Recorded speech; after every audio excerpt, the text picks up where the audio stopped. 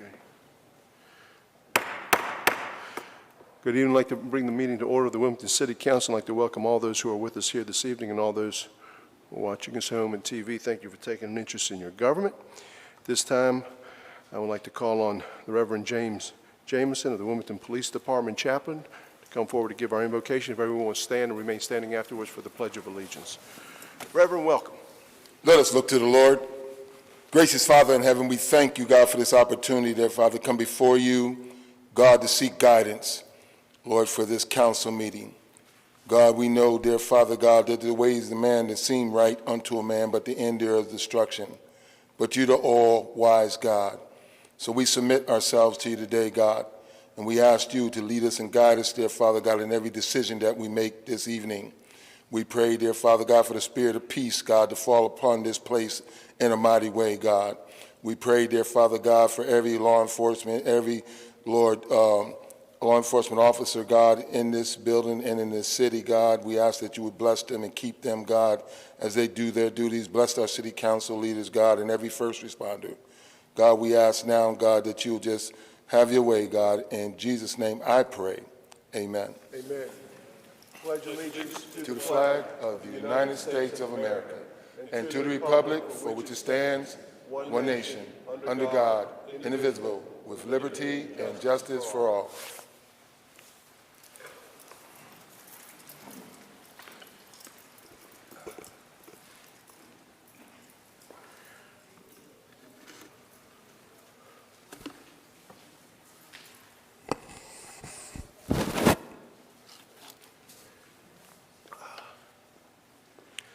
We have several presentations this evening. Our first presentation is a presentation of the annual update from Cape Fear Public Utility Authority, and at this time I'd like to recognize Mr. Kenneth Waldrop, who is the Director of Cape Fear Public Utility Authority. Is Kenneth here?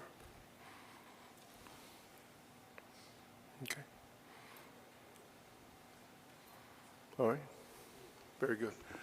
All right, our next presentation, I'm going to make a presentation, we're going to have a presentation of the annual greenhouse gas emissions from municipal operations, and at this time I'd like to recognize Mr. David Ingram, our Sustainability Manager.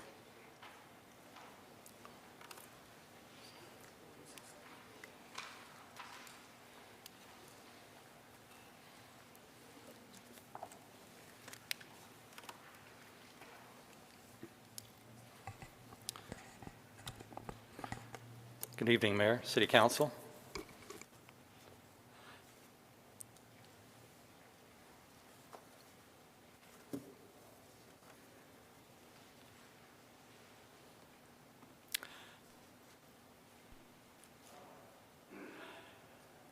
I'd like to present to you this evening our annual greenhouse gas emissions update. This is a report we'd like to be able to start bringing to you on an annual basis to keep you all advised on our progress in our efforts to reduce our city's greenhouse gas emissions.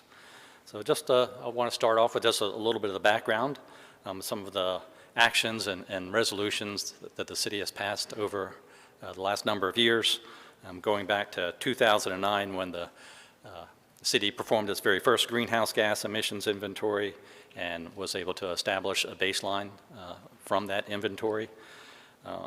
And since that time, there have been a number of resolutions that have been passed.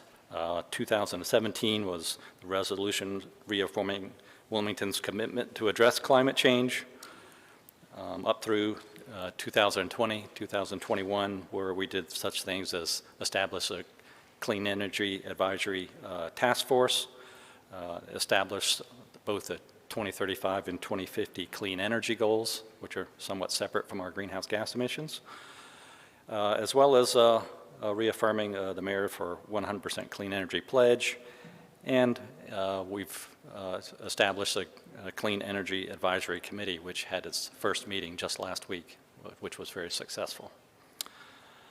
Just to kind of set the baseline and what is the city's goal? Well, is to reduce greenhouse gas emissions by 58% by 2050. From that 2007 baseline of 9,704 metric tons of CO2. And yeah, just that this greenhouse gas emissions standard is that CO2 equivalents. The greenhouse gas emissions are actually made up of a number of different gases, and that CO2 equivalence is just the kind of the combination of all of those gases combined for one easy number to reference. So if we go to the next slide.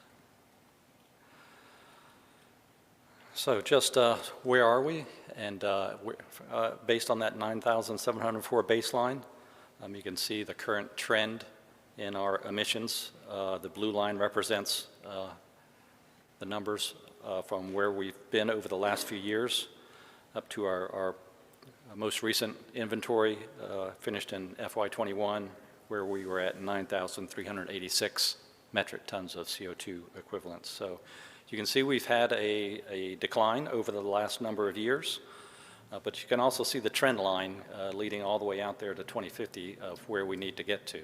So definitely some significant work still to go, but we're on a good track, particularly with a lot of the efforts and upcoming technologies that I think are coming out there. So since that 2007 baseline, we've been able to decrease GHG emissions by 3.3%. To get to where we need to go, we need to continue to have reductions of about 1.3% each year, which adds up to about 131 metric tons of CO2 each year. Just to give you a little better idea of kind of where those emissions lie from within our city operations, our vehicle fleet, you can see there, represents a significant portion of our greenhouse gas emissions. That's about 60%, actually, a little bit over 60% of our emissions come from our vehicle fleet. A small portion are street light and traffic signals. They're a little bit of a sliver there in the middle, and we've actually really been able to drive those emissions down over the last number of years from our switch from the old style lights that we had up to the LED street lights and traffic signals that are pretty much found throughout the city now. So that was over a 60% reduction in the emissions from that sector. And then finally, our buildings and facilities. They represent some, I would say, 35, 36% of our emissions as well. But you can see from the graph there below, we've been able to drive down the emissions in both of those last two sectors pretty significantly particularly since 2013.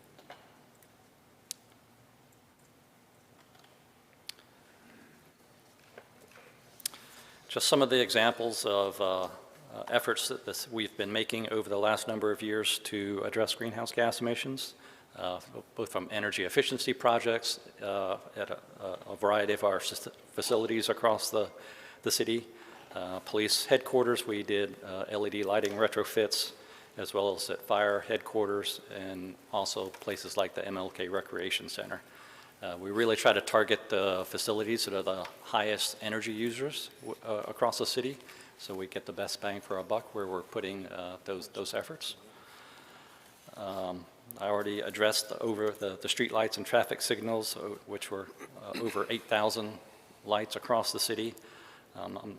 I think there are probably still a few left that need to be changed out. That's in progress, I think, with Duke Energy, but definitely a significant number of those street lights and area lightings across the city have been switched over to the LED lights, which are 75 to 80% more efficient than the old style. So great efforts there.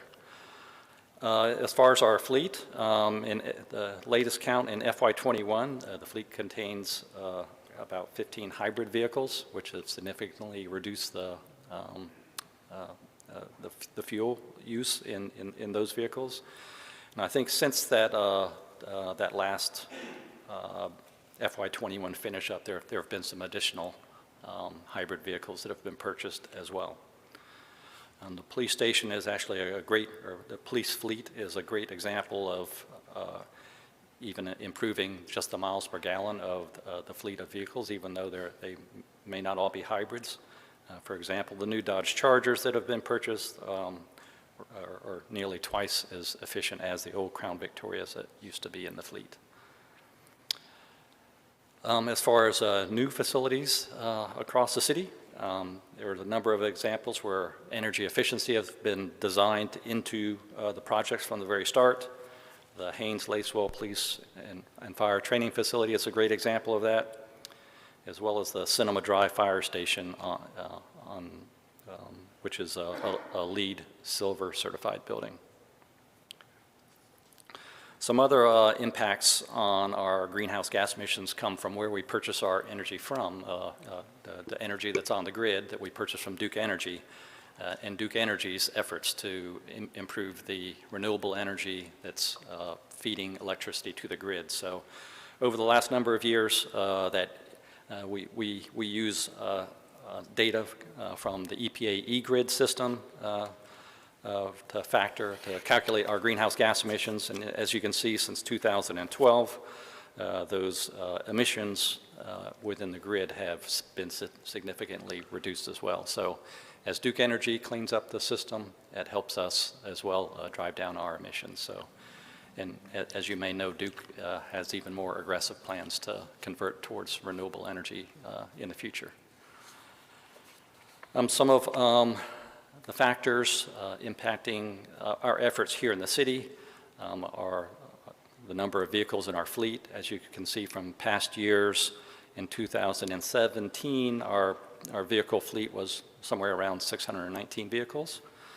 2021, 661 vehicles, so that's about a 7% increase in just those few years. If you go all the way back to 2007, of course, which we didn't quite have some data that we wanted to work quite solid on, because there was, I think, CFPUA still was combined with city fleet back in those days. So we went with a 2017 number to get kind of just a good number to share with you all tonight. But as you can see, our fleet is continuing to increase over the years. Our buildings and facilities are the square footage that we're managing and taking care of. It continues to increase. Since 2007, you can see there's been about a 32% increase in the square footage that we're managing, and as well as the population of our city. Since 2017, that's increased by about 24%, if not more. So I guess the point I want to drive home there as we continue to provide more services to a greater population, as our fleet continues to grow, as our building footprints continue to grow, it's going to make the challenge of reducing our greenhouse gas emissions that much more. So we'll really have to focus on the efforts that we want to pursue. And just some of the steps that the city may consider wanting to take next. Some of the policy and legislation efforts that we can support. Both the newly formed Clean Energy Advisory Committee, as well as the recommendations that the previous task force recommended, is supporting those efforts. And supporting the clean energy policy at the state and federal level. There's certainly a lot of movement in that area currently, so we look forward to ways that we can work with those entities, as well as supporting Duke Energy here in the state and the efforts that they're making towards clean energy. I know in the past year we provided some input on their integrated resource plan, so steps like that, I think, going into the future will be very important. Our buildings and facilities, we need to continue to design those as energy efficient as possible and look at ways that we can, once they are built, to operate those in an energy efficient manner. We'll continue to do energy efficiency efforts in our existing buildings, but things like putting in place a sustainable building policy, prioritizing energy efficiency projects in those high energy use buildings, and things like increasing our electricity that's generated from renewable sources. If we can do projects where we install renewable energy on our existing facilities or new facilities, that would certainly help our efforts toward our greenhouse gas reduction goals. And I mentioned our fleet and equipment, what a big portion of our greenhouse gas emissions that they represent. That would certainly be an area where we get excellent bang for the buck in our emissions reduction. So phasing in either electric or hybrid vehicles will continue to be a priority, I think. And other things like even our landscaping equipment, looking at opportunities where we may be able to replace some of those types of equipment with electric models. We continue to look at EV charging infrastructure, so as we're seeing that change come down the road of vehicles switching to EV, where we want to have that infrastructure in place as in smart locations where they're going to be most utilized. Yeah, and just, some of these other efforts you can see listed there, I think will all be important steps for us to take as we move towards the future. So, with that, I'd be happy to answer any questions you may have. Or Anybody have any questions for Dave? Dave, I want to ask just on the to conduct a fleet audit and the study of the guide, the fleet transformation, and maybe Tony has, then when are you folks talking about trying to do that? when or When? We haven't nailed down a date yet. I mean, we're not sure if there would be some budget impact, but would likely be an outside vendor that we would request to come in and help us with that effort, making sure our fleet is the right size for the activities that we're doing, looking at, where are the best opportunities for replacing vehicles with more energy efficient models. So, yeah, there's... I mean, I was looking at the goal here. You said 1.3% to reduce per year, which is 131 metric tons. Is that, I mean, you look at that number, it sounds small, but is it doable? I think that's quite doable with the new technologies that are coming out, particularly when looking at the fleet. We're already replacing vehicles with hybrid models, which has really helped reduce our gas consumed, our fuel consumed. I think as those new models come out, new technologies come out on the fleet side, that will help. The new facilities that we're currently designing and constructing, we're much more of a focus on energy efficiency from the very start with all of those. All of the facilities that we've built in the last number of years are much more energy efficient than some of the previously designed ones. And you're also talking about looking at a retrofit of some of the existing structures that we have to. Yeah, I mean, this facility is a good example with the new chiller that went in here last year, a much more energy efficient chiller. So we've seen energy reductions even in this older building. So, okay. Sounds like you guys are off to a good start, and anything we can do to support this, we want to. Yes, sir, Mr. Anderson. I know we've been in the process of kind of swapping out from the Crown Vic to the Dodge the Charger. It's just, are any other police forces or law enforcement, they look at, I know speed, torque, pickup, all that stuff comes into play with what they're trying to, when they're doing their job. But are there, I just was just thinking around and looking at the Ford Mustang gets 18 in town, and a Taurus, 13 is just low. Is that because they load so much equipment on it, or it's changed from stock model so much?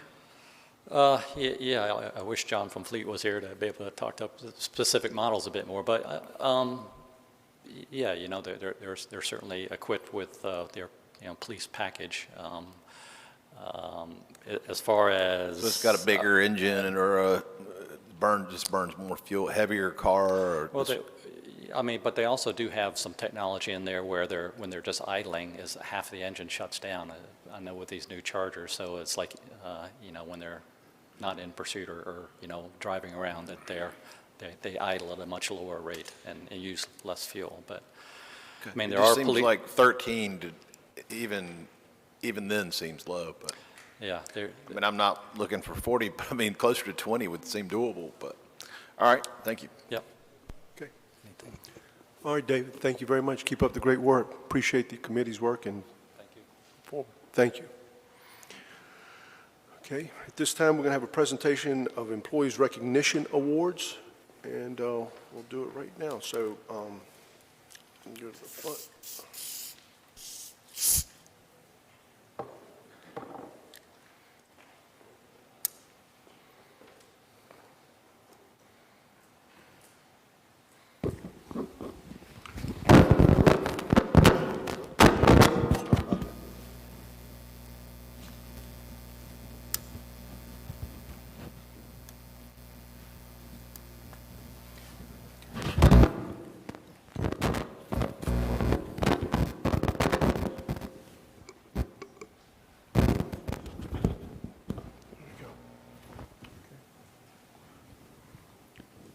Yep. You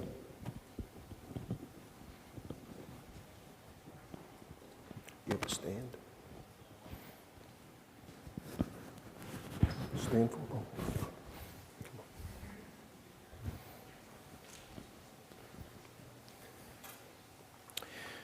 This time, I'd like to recognize our quarterly award winners of the city's Employee Recognition Program. We are very fortunate here in the city of Wilmington to have a large group of dedicated employees and talented individuals striving to ensure that our residents receive the highest quality services possible from their government. The individuals being recognized today have demonstrated a commitment to the city's core values of service, teamwork, accountability, professionalism, respect, and safety. At this time, I'd like to ask Christine Kareem to come forward. Is Christine there? Christine, welcome.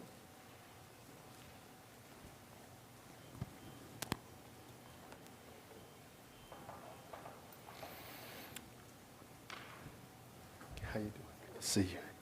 Christine Kareem is from our finance department and is being recognized under the Service Award category. Christine stopped a fraudulent charge on another employee's purchasing card. Christine called the vendor and demanded that they refund the city. After 2 hours of back and forth, the vendor refunded the city its $480. The employee who noticed the fraudulent charge on their P card said that Christine was their hero that day. And I can tell you, if you went back and forth for 2 hours, that was pretty short, because it usually takes 4 to 5 hours. But thank you for your public service to this community, and on behalf of the citizens of Wilmington and the City Council, we want to recognize you for the work you're doing. Thank you very much. Appreciate it. Right over here.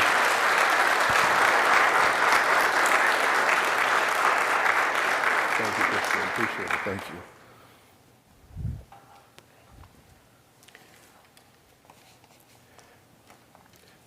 Next person is Jessica Cisco, and I believe that Brian Scott with the city's IT department is going to receive that award on her behalf since Jessica's not with us this evening.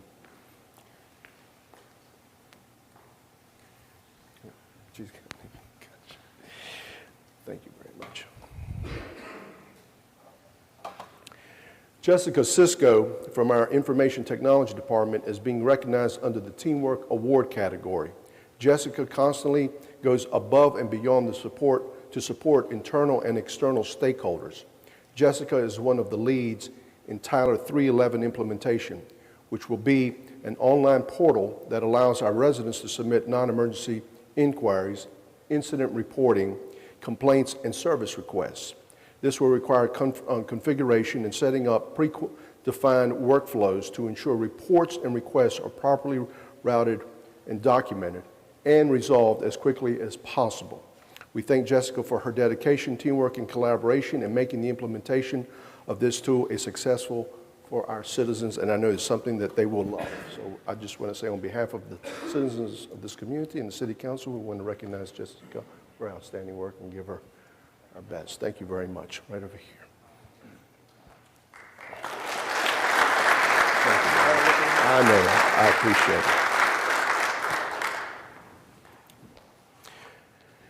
Is Rod Mello here?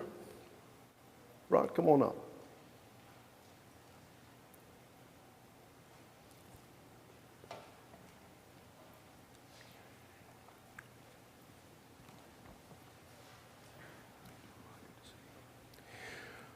Rod, who's from our Public Services Department, is being recognized under the Accountability and Professionalism Award category.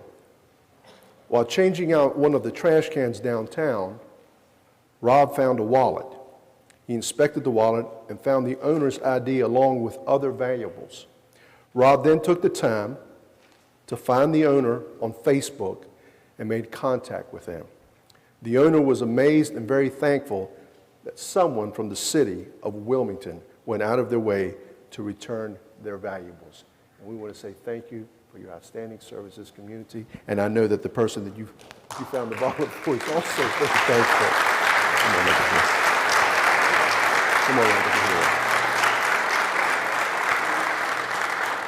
Congratulations. Thank you, buddy. Appreciate it.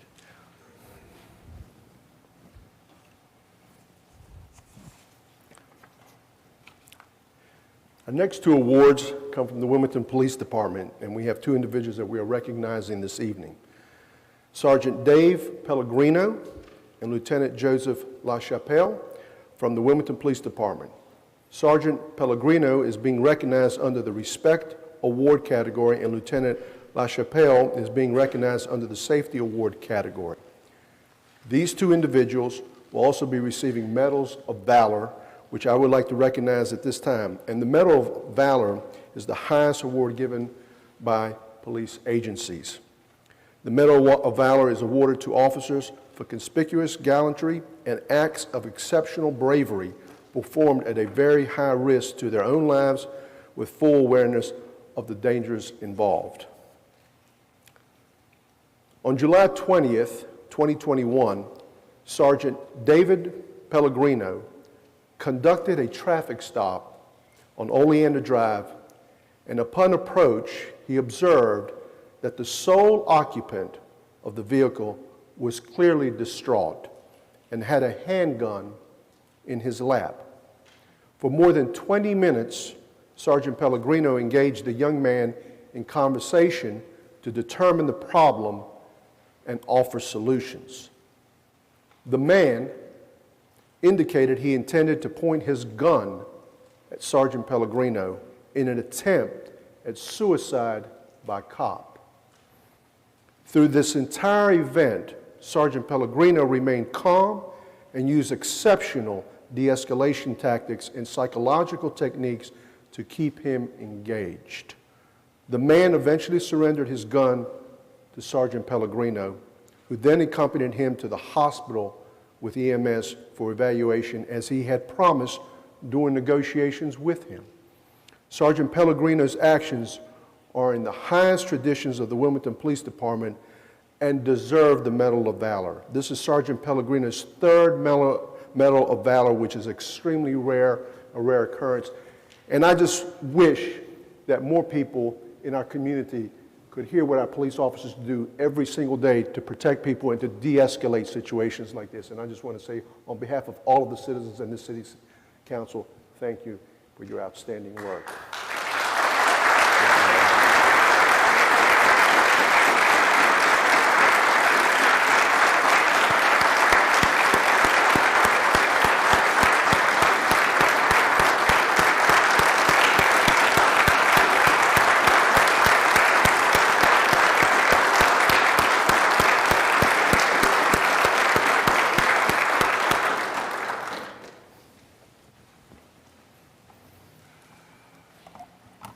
Thank you, buddy.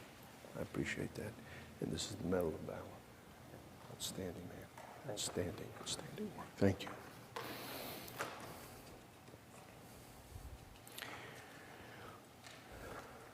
Next award is to Lieutenant Joseph LaChapelle. On August the 8th, 2021, Lieutenant Joseph LaChapelle overheard a radio call of a vehicle pursuit involving shots fired, believing the suspect had attempted to kill or seriously injure a police officer. Lieutenant LaChapelle located the suspect's vehicle and gave chase. During the pursuit, he determined a safe place to perform what they call a pit, a maneuver which landed the suspect's vehicle facing Lieutenant LaChapelle, who then pinned his patrol car against the front of the vehicle and held the suspect at gunpoint to prevent escape until he was taken into custody by supporting officers. Lieutenant LaChapelle knowingly placed himself in harm's way to capture this suspect, and Lieutenant LaChapelle's actions are in the highest traditions of the Wilmington Police Department and deserve the Medal of Valor. This is Lieutenant LaChapelle's second Medal of Valor, which is also a very rare occurrence. Thank you, and God bless you for your tremendous work. Thank you, man.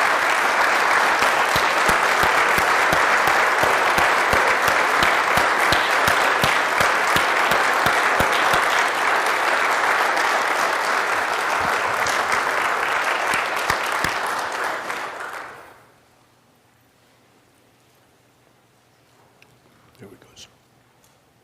Thank you very much. Outstanding work. Outstanding work. Thank you, guys. Thank you. Thank you.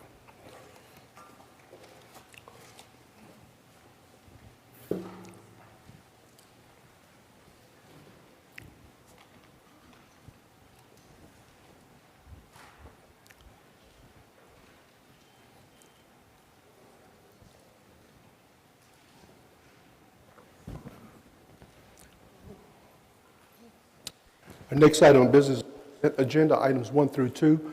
Are there any items that any council member would like to hear separately? If not, what are the wishes of the council? Moved by Mayor Pro Tem Haynes, Council Barnett. Discussion. All in favor? Aye. Any opposed? Item passes unanimously. Brings us to our next item of business, which is our public information segment. We have one speaker that has signed up to speak with us this evening, and that speaker is Mr. Brett. He'll be speaking to us about Archie Blue Park water access. Brett, welcome.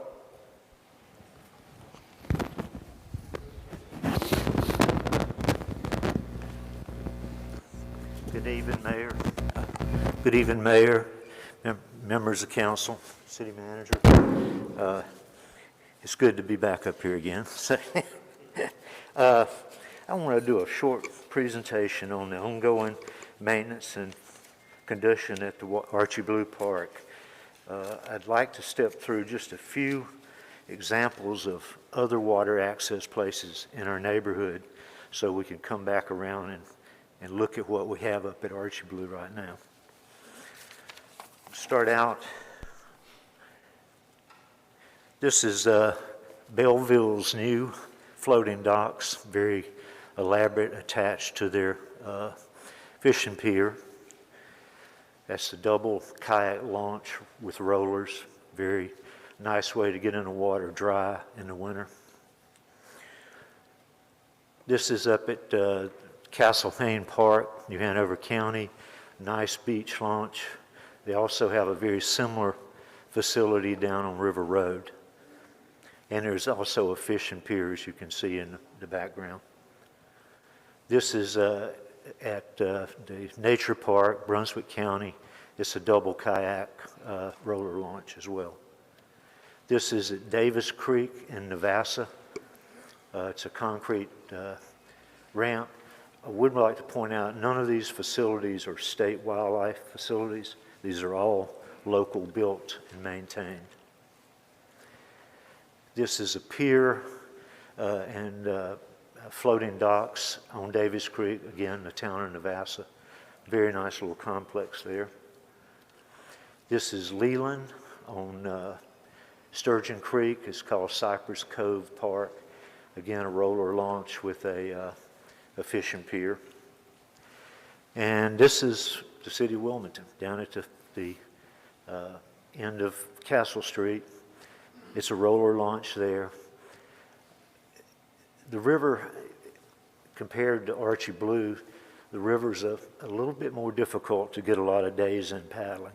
The wind and the tide and the many fishing boats down there make it quite often not a particularly safe place. But it is nice when you get a smooth day and you can get out on the water.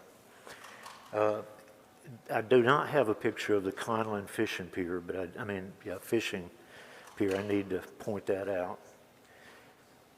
So I'd like to go to Archie Blue. This is the public access sign. You kind of can see the sand path leading down what is the kayak launch. Coming toward the launch, there is a notch there that's open. On the side, there's a sign warning you of the alligators, although it was a bit grown. This is returning in the kayak back to where the launch was. You can see on this side, you have quite a job to get out of the water and drag your kayak up the bank. It is difficult. This is along the bank that runs from the tide gates to the northeast part of the park. It's what we call open water. You can go to Smith Creek and on to northeast Cape Fear. There's another shot along, that's about 225 feet of waterfront. Frankly, it's got a lot of kudzu and a lot of weeds in it. We're getting some damage and some trees back there also that are getting growth in them. This last one is this is at the tide gate, kind of on the southern end of these shots. And we're getting encroachment on the tide gate and the platform. Currently, that's really the only place you got to fish in this park. And for years, we had that long stretch running up away from the tide gate was cut along the shoreline, and folks could come and have a day on the water. What I'd like to point out, this is the write-up on Archie Blue Park. Down at the bottom, it said park's level of service is 2. Rotation coinciding with the service level, 14 days. That means you cut grass every 14 days. You weed eat every 14 days, or thereabouts. When I took a picture of those were on August the 19th. I was out there in January when it was last cut, the waterfront. So we had about 8 months, 7 months between, and the put in there, it's a great place to paddle from. You can go behind the airport, you wouldn't believe the wildlife that is seen there. Beaver, otter. I saw a bald eagle 3 weeks ago. So, you know, it's an alive creek, and one that I think we should have some easy access to. And with that, I thank you. Yeah. Charlie? Brenda, it is good to have you back down here. We got places for you if you feel that homesick. Excuse me? I said, we have places for you down here if you get that homesick. I'm done. You know, many times this is how we find out about problems or situations that we can do something about. Is this something that you and you have friends that enjoy the kayaking, or is this something that just can't navigate anymore? I just kept seeing so many people pull up there in the last 2 or 3 years and come out and look at what was there and get in the car and leave. And I don't feel good about that. Yeah. No, we should. None of us should. Thank you very much, Okay, Brent. thank you. Brent, I'm just curious as to whether, Brent? I'm just curious as to whether you have reported this to staff, to the parks folks, and not gotten any, No. you did report it, yes? Yes, ma'am. Okay. Sorry, sir. That's okay. You really just requesting cleaner access for the kayak, for a kayak launch, a beach access. You know, the beach access that the county has, for me, it works fine. Right. You know, people can't get in if you're But the averse to overgrowth of getting vegetation, underwater. overgrowth of the vegetation there is keeping the beach access from being accessible.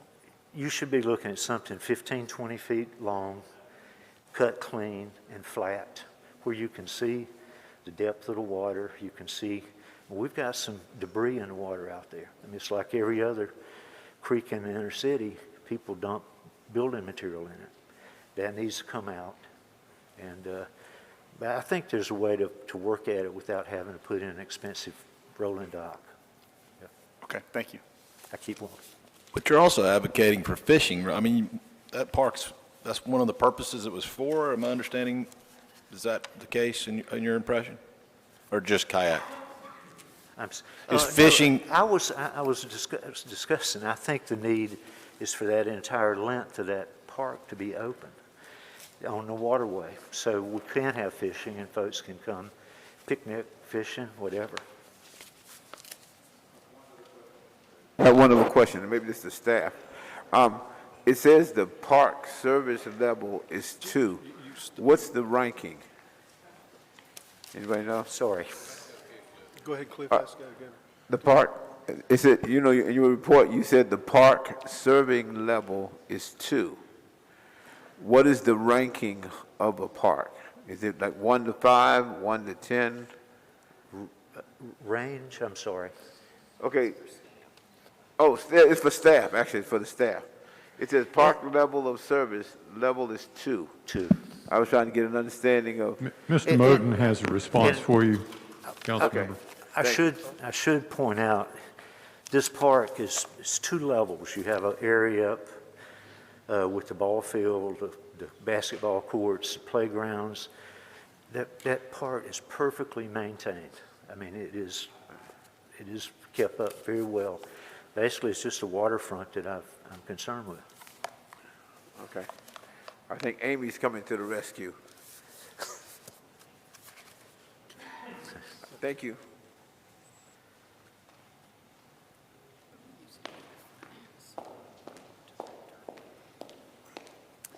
Good evening, Mayor, Mayor Pro Tem, and Council. Staff has been in contact with Brent, and Mr. Dave Mays and I did meet out there several months ago to assess the situation. Community Services staff works closely with Stormwater Division in the Public Services Department to try and maintain that shoreline, and there was an abnormally aggressive growth along that shoreline this summer, and so it is a challenge to maintain, and Community Services and Public Services staff are in communications on how to best address this long-term. Additionally, how to best plan for proper upgrade of that kayak launch to make sure that it is completely accessible, which will be a longer-term process involving the city's capital improvement program. To answer the question about park standards, there are 4 that we adopt here locally that are based on national parks and recreation standards, one being the most frequently high-level maintained park, going down to 4 being the lowest. We are often at times behind our own adopted standards due to staff vacancies, which were exacerbated during the last 2 years because of COVID and because of the labor market right now. We have not been at full force in terms of our grounds maintenance technicians for 2 years. We've averaged over the last year, I believe, 5 vacancies ongoing. So it is an issue to try and get our staff, all of our vacancies fully staffed just because of the way the labor market is right now. But we have heard the concerns, and it is an ongoing conversation that we are having interdepartmentally. We got Kevin and then you, Charlie. Yes. Amy, did we get that? I know last year we approved that special aquatic mower, right? Didn't we? The mower, I yes. think it was just a few months ago. And again, that's in the Public Services Department, so I do recall that. I can verify that, but if you have any detailed questions about it, I might have to call on my colleague. If we got it in. We did. Oh, yeah, we've been using it. Yeah, okay. Yeah, Mr. Charlie. That was what I was going to ask. I know I've seen it work in Burnt Mill Creek, and it may be a totally different dynamic at Archie Blue Park, but I watched it work in Burnt Mill Creek, and it works like a champ. I believe the intention is to use it Good. at Archie Blue because, as I mentioned, that Dave and I met out there a few months ago. We discussed that new apparatus at that meeting at Archie Blue. You're welcome. Okay, thank you. Okay, thank you. All right, that brings us to our next item of business, which is our public hearings. Our first public hearing is at item PH1, which is an ordinance directing the housing inspector to vacate, close, and repair or demolish a dwelling at 4924 Park Avenue as unfit for human habitation pursuant to Article 5, Chapter 16 of the City Code, and directing that a notice be placed thereon prohibiting its use or occupancy. At this time, I'd like to recognize the city manager, Mr. Tony Caldwell. Mr. Caldwell. Thank you, Mr. Mayor. Mr. Brian Renner, our Chief Code Enforcement Officer, will overview this item for you.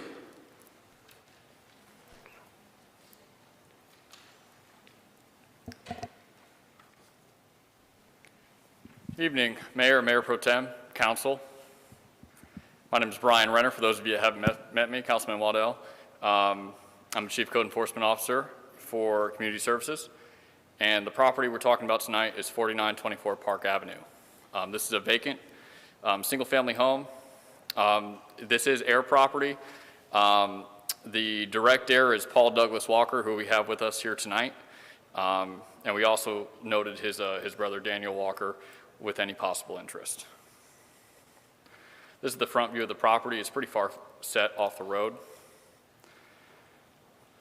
So kind of a case timeline on this one. Our initial inspection for this current case was August 2019. We sent that initial notice. We did end up taking it to administrative hearing in October of 2019. We ended up going to a second administrative housing code hearing. There'd been a lot of back and forth with Mr. Walker about this property.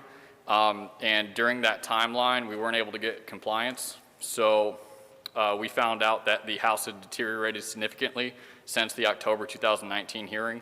So we took it to administrative hearing again to restart that conversation with its current condition.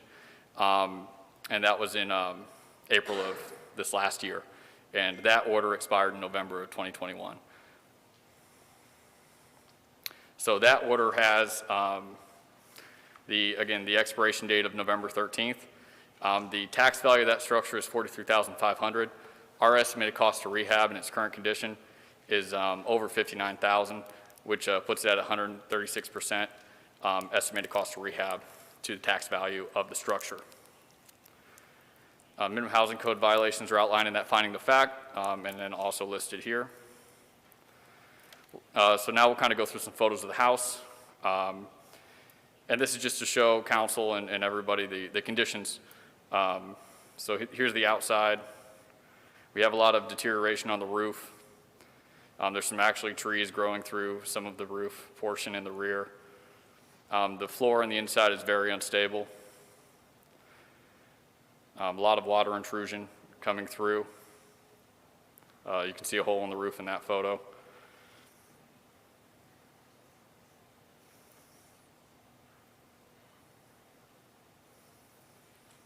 Some more water damage on the ceilings. So that's essentially what the inside of the house looks like and the outside of the house looks like. The in-rem foreclosure aspect of this, the city and county taxes owed are $10,932. Our public nuisance liens are $6,683, and there is a $5,500 citation that's not included in the foreclosure, but that was issued. Again, Mr. Walker is here with us tonight, and we're looking for a resolution to this. Our recommendation for this ordinance is 15 days to allow my office the authority to keep this building secured. It is currently secured last time we were out there. And then we're also looking at 90 days to have the building repaired or demolished. My conversations with Mr. Walker and his friend, Mr. White, who's here tonight, have been that they intend to sell the property and then allow a new owner to take care of the property. So I'm here for any questions that you might have. Any questions? Yes, sir. Mr. Ambar? Brian, go back to the 90 days. Would you repeat that portion? Yeah, so just as a reminder, the ordinance would authorize my office to vacate, close, repair, or demolish.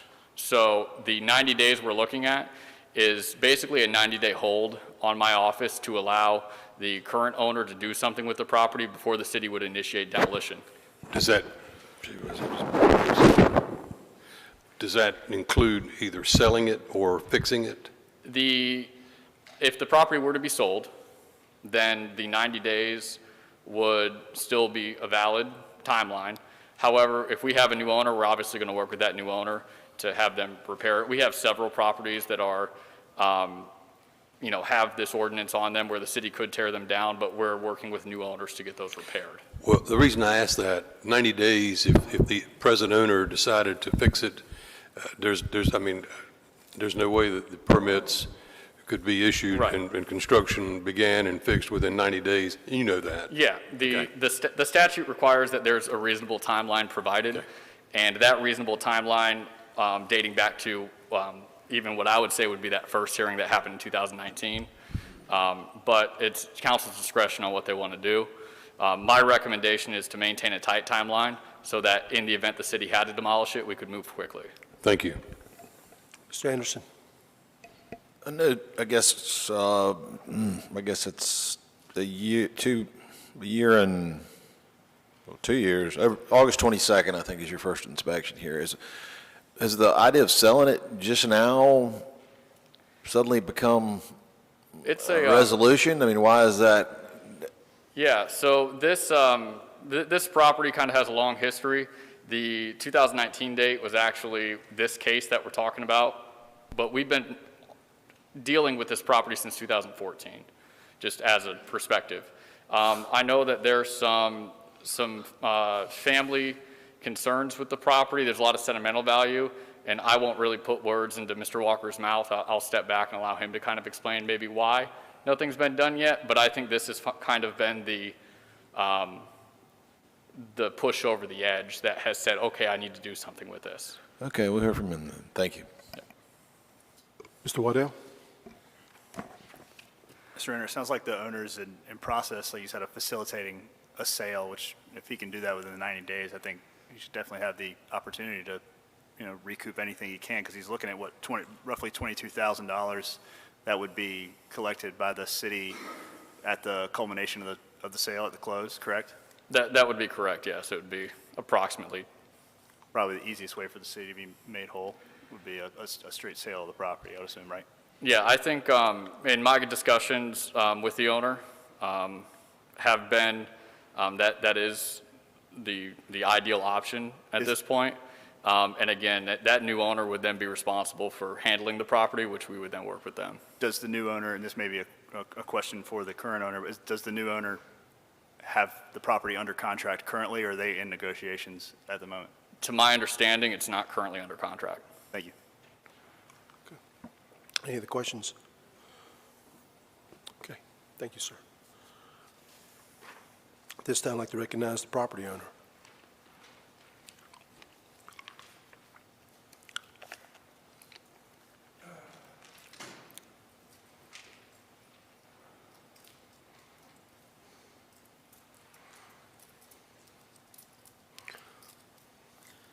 Good evening, Mayor and Council. My name is Michael White.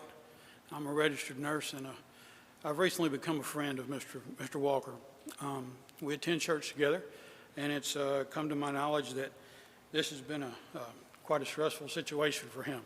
His father passed in 2012, and this has been an ongoing scenario for him. Without violating any HIPAA scenarios, being a registered nurse, I'm picking up on some mental health care scenarios in this particular case. And I'm going to be working with him in the future to get him the care that he's going to need in the future and in the coming years. Absolutely. Is that a little better? Okay, sorry about that. So Mr. Walker has asked me to be an advocate on his behalf this evening because it's not really appropriate for him to try to explain what's been taking place. So what has been taking place is Mr. Renner's been kind and considerate and worked quite back and forth a lot with Mr. Walker. There's an understanding scenario. Certain things have to reach a certain point. At that point, an extreme intelligence comes into view with Mr. Walker. And but until we get to that point, it's just not, it just doesn't catch. So I can't really go into making medical diagnosis. I'm not a doctor. I am a registered nurse, and I'm picking up on some signs and symptoms. Unfortunately, I've been involved in this about 3 days. One of our pastors brought this to my attention, and we met at church and worked out a plan to see what we could do to best benefit him. The goal is to sell the property as fast as possible. We're going to work with him to make sure that he's not taken advantage of in any form or fashion, and we're going to do our best to make sure that he's treated fairly. He's a little hesitant on quite a few things, but we're going to hold his hand through it. We're going to make sure he gets it, what he needs out of it, what he deserves out of it. It was left to him to provide for him long term, and his brother has all but signed off on saying, yes, just do what you need to do. So we don't really have a double situation with just a singular entity that we're dealing with, and that's Mr. Paul Walker. So, but on his behalf, we're working with, we're entertaining an offer from the other company, LLC, That's owned by Mr. Lyle Fisher. If other investors are interested, we will certainly look at those. Also, if that falls through, we have a Plan B. We'll be working with Cedric and Angie Robinson at Spot Realty. They've already, helped us out with quite a few comps and scenarios where we should be able to say, hey, it's worth at least X to Y, somewhere in there, give us a range. And that's my presentation for this. Do you have any questions that I may be of assistance toward? Are there any questions from council? Yes, sir, Mr. Barnett. Now, am I understanding you to say that you just got involved with this 3 days ago? Yes, sir. I understand it's been going on actually since 2012 with the passing of Mr. Walker's father. Okay, and then I also heard you say that he has a brother who has all but said, okay, go on and do it. But the brother hasn't really agreed to do it yet. I don't have it in writing. That's, with the timeline we've had in the last 2 or 3 days, we're going as quick as we can. I promise you that, Mr. Barnett. Okay. Thank you. Yes, sir. Yes, sir, Mr. Rodmark. You refer to Paul Walker. The gentleman that died, was that either Daniel? Or Daniel E. Daniel E. is the person. This is Paul Walker. What the hell am I doing? I broke my microphone again. Oh, no. Paul Walker is the son of Daniel Walker. Yes, sir. Paul and David are the sons of Daniel E. Okay, and David is the brother who has just more or less signed over any responsibility to Paul. Yes, sir. And Paul is who you are helping as a nurse and friend. Oh, friend, brother in Christ. Yes, sir. And that's really doesn't have a thing to do with it. I just was trying to get how the family structure worked out. Understood. Because I know them. I'm a Winter Park guy too, and that we're all grew up together. I just wanted to make sure who we were dealing with. Thank you, Mr. White. Yes, sir. Any other questions? Okay. Thank you. I Thank you, appreciate sir. your consideration and merciful vote in this issue. Thank you for your time. Thank you. At this time, I'll open up the public hearing and ask if anyone wants to speak in favor or in opposition of this particular item to come forward and state their name for the record.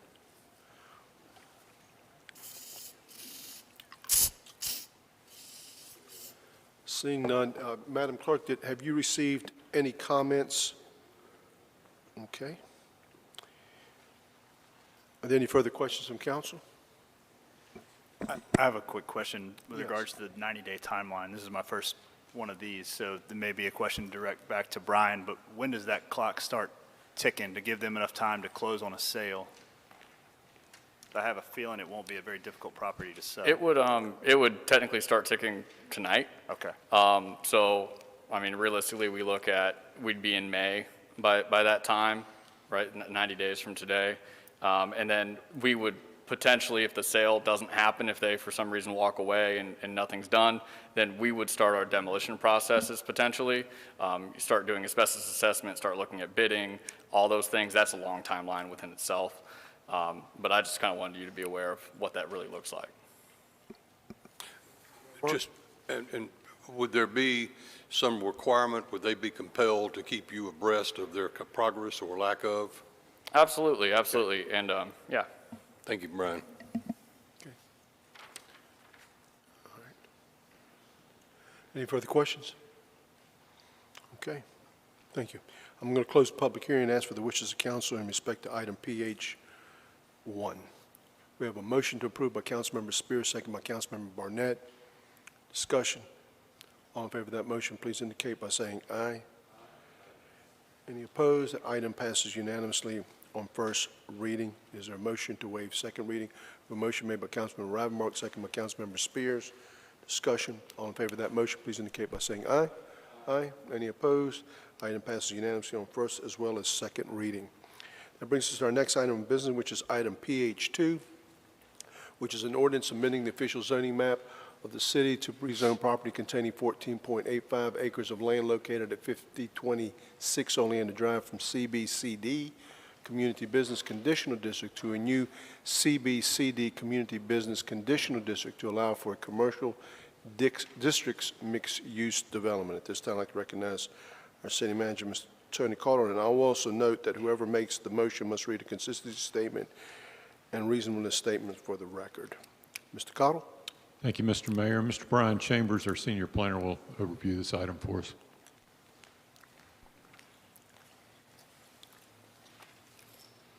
Good evening, Mr. Mayor, members of council. This site is located on the south side of Oleander Drive between Wallace Avenue and 51st Street. It's approximately 15 acres in size. It is the old driving range property, and it is currently vacant. This image shows the site in the context of surrounding area. Here are some photos of the subject site and adjacent property.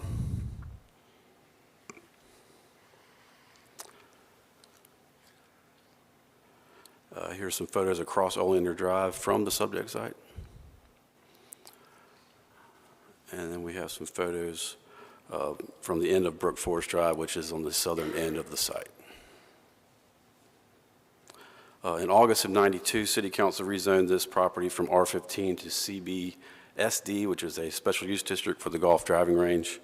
In November of 2016, the Planning Commission recommended denial of a request to rezone this property to a commercial district, to a conditional district for a college student-oriented housing development.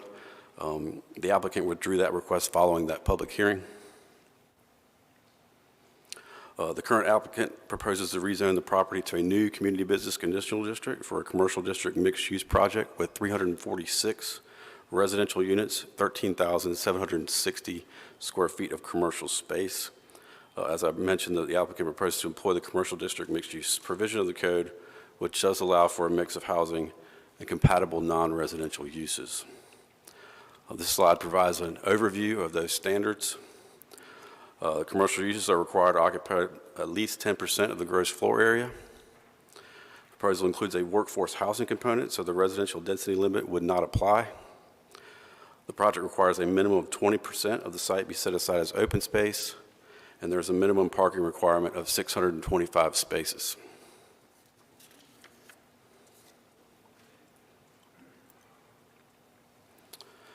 Based on the intensity of this proposed use, a traffic impact analysis was required.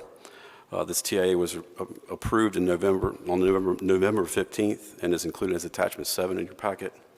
The required transportation improvements include a new traffic signal at 51st Street on Oleander Drive, dedicated turn lanes at this new signal, and there will be a secondary entrance on Oleander Drive with a right-in, right-out only driveway, and that entrance would also have a dedicated right turn lane.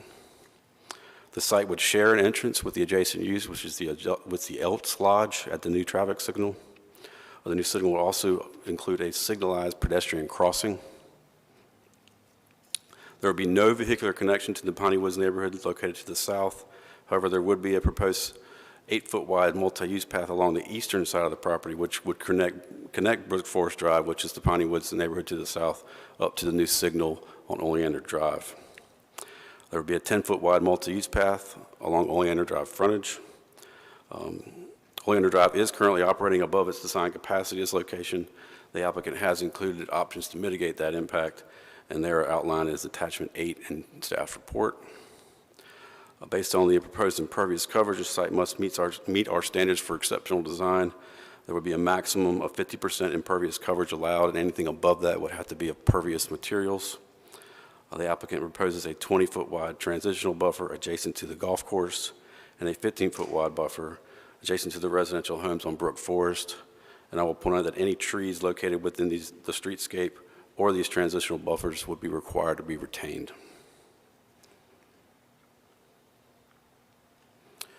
Here are the proposed elevations that were provided by the applicant. The site is located within a live-work innovation zone area of opportunity as identified in our comprehensive plan. The site is also located along an identified high-capacity transit route. The comp plan calls for an increase in residential density as part of a mixed-use development to provide goods and services to nearby residents, allow for multiple stops at one location, and then create the density necessary to support transit service along this corridor. The plan calls for increased bicycle, pedestrian, vehicular connections between adjacent sites, as well as to adjacent neighborhoods. Proposed zoning request would provide a residential component to an existing commercial area. It would add to the mix of uses, and it would also provide a multimodal connections between adjacent sites. Staff believes this request is consistent with our comprehensive plan, and the request is reasonable in the public interest, and we are recommending conditional approval. Your Planning Commission unanimously voted to recommend approval of this request at their meeting last month. I'd be happy to answer any questions, and the applicant is prepared to make a presentation as well. Okay. Are there any questions for Brian? Okay. All right. Thank you, Brian. Thank you. This time I'd like to recognize the applicant.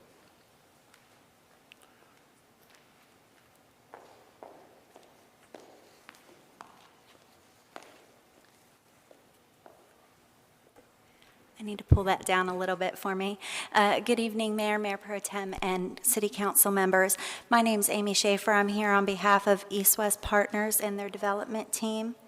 We're requesting a conditional rezoning.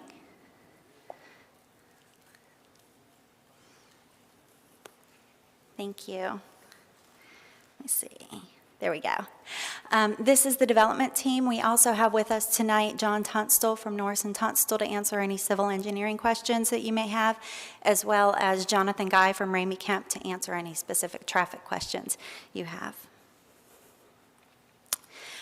Mr. Chambers, as usual, did an excellent job in his presentation, so I'll try not to go over everything that he already went over, but I do have some very similar slides.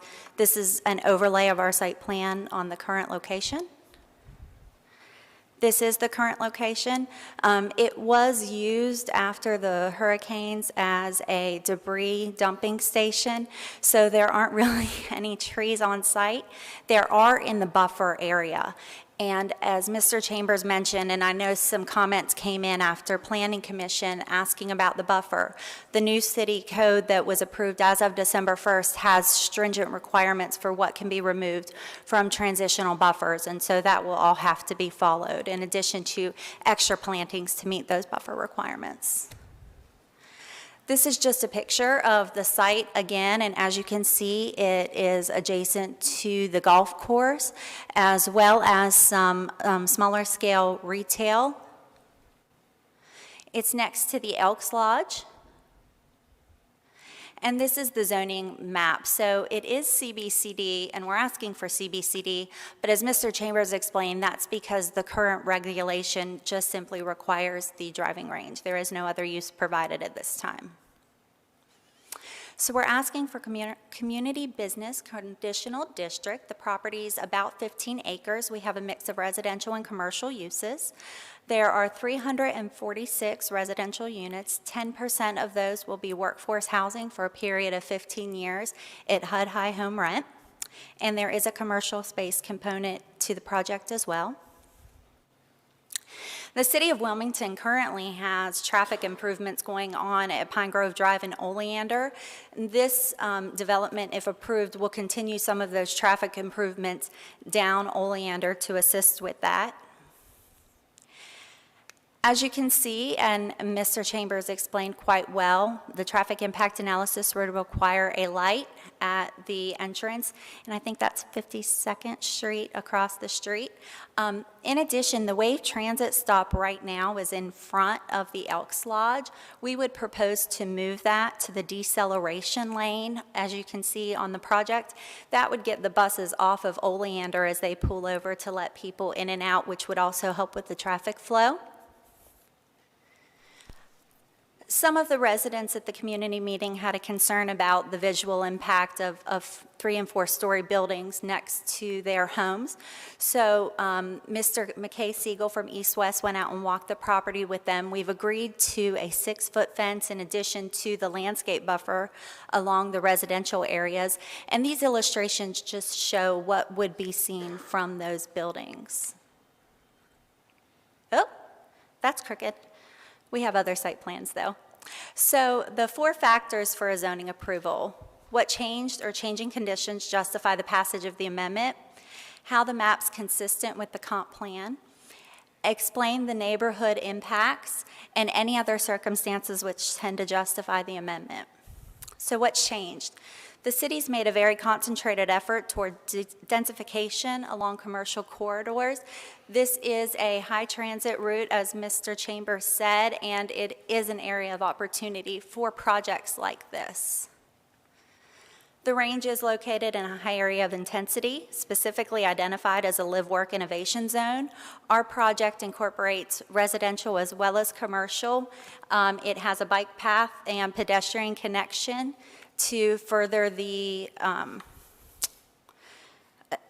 connections between the residents in the back and the services along Oleander, even though there will not be a vehicular connection to the residential area in the back of the property.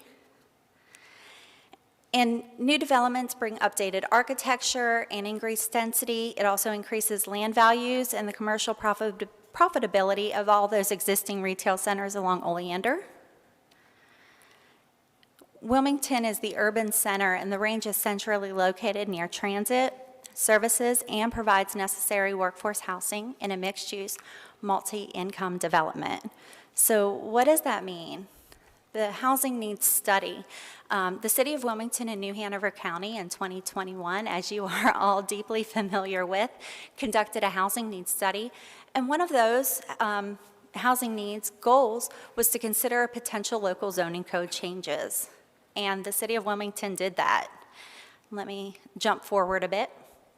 So in the City of Wilmington's new land development code, you allowed for increased density with 10% workforce housing at HUD high home rent.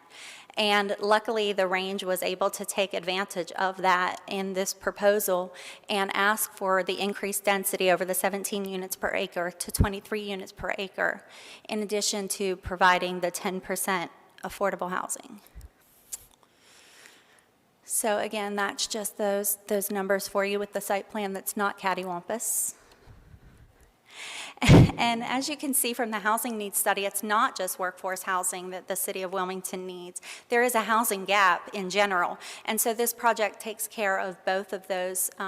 Does not take care, I apologize. But it does go a way into assisting with that. And as you can see, these are the HUD high home limits from HUD for 2021. These are adjusted every year by HUD. So what makes this project special, and how do you know that East West will be able to provide the workforce housing in a manner that benefits the city? And for that, I'm going to ask Mr. Lee Perry from East West to come up and explain their history with affordable housing, workforce housing, and how they've been able to provide this service to other municipalities in North Carolina.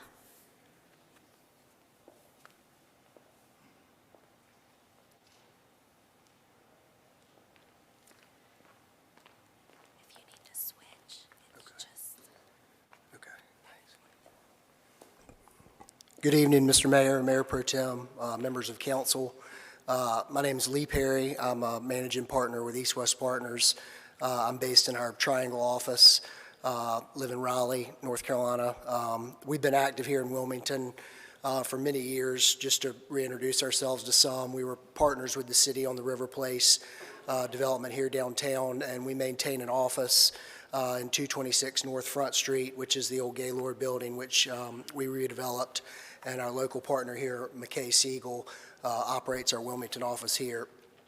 We are not workforce housing developers, but as Amy mentioned, we have extensive experience with it. We've developed in Chapel Hill for many years, who's had affordable housing as a priority, kind of on the forefront of all new developments and entitlements. And so we've had several developments that have gone through in Chapel Hill that had workforce components. Most recently was East 54, which is a mixed-use condominium, office, retail community right on the entry kind of gateway into Chapel Hill. For those of you that know, we completed that a few years ago, but that was a case where these homes that Amy has on the screen were integrated into multifamily. Those were actually for sale condos, a little bit different. These will be for rent apartments, but same type of program. They were intermixed within many different buildings, share all the same amenities, or as I mentioned, spread, which I think is key to integrating, workforce housing into a larger development. Is you don't segregate it in one building, you put it throughout the community, and we've just had tremendous success there. The units, I think, have added, character to the community. It's folks working, hospital techs, it's county, city folks, it's teachers, it's all the folks that live in our community, but in honestly all cities of North Carolina at this point, we've got an affordable housing issue, and so it keeps homes that, folks at all income levels in the community can live in and enjoy amenities and kind of a location that they might not otherwise be able to do. This site in particular, we think is prime for that. As everyone's obviously very familiar with the site on Oleander, but it's very centrally located in the city. It's got great connectivity, access to commercial, to the jobs, downtown beach, kind of everything. And so it's a very centrally located site to put a mix of income homes.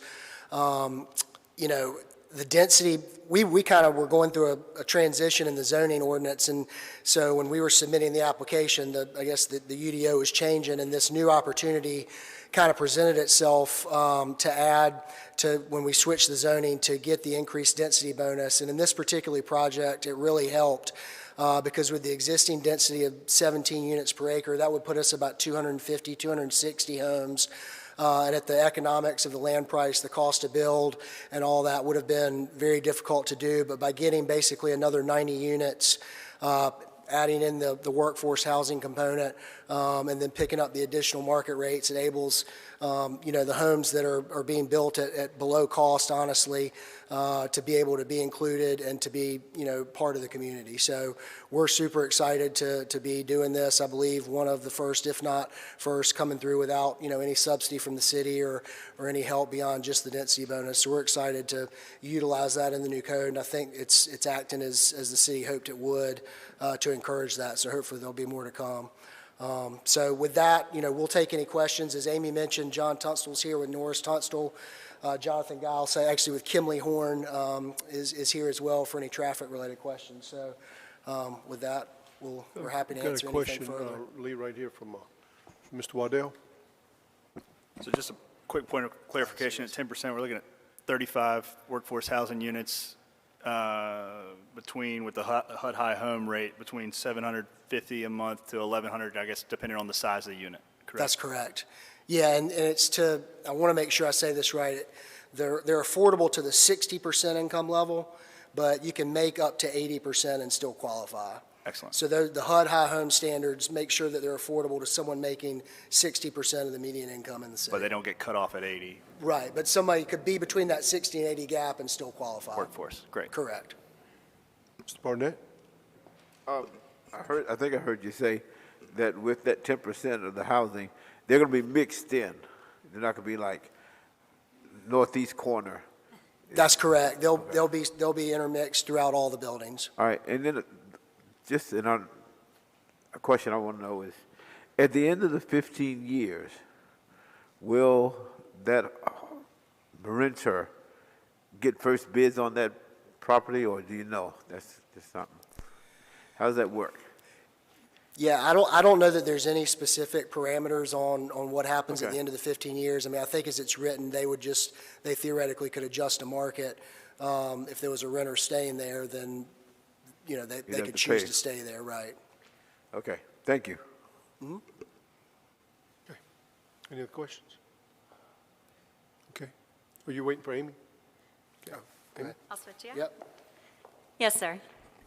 Dylan, can you pull up the overhead, the site plan?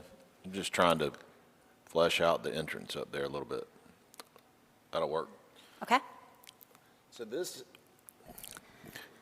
as I read it, I can't see it really on the drawing, but that entrance at the by the Elks Lodge is going to align Correct, across the street, yes, sir. We have a shared access easement with the Elks Lodge. We're going to be jointly using that entrance, and it will line up against 52nd, I think that is, 51st, I'm sorry. 51st, I think. 51st, sorry about Is that. the purpose of the traffic circle decorative, or is that where the Elks Lodge will enter?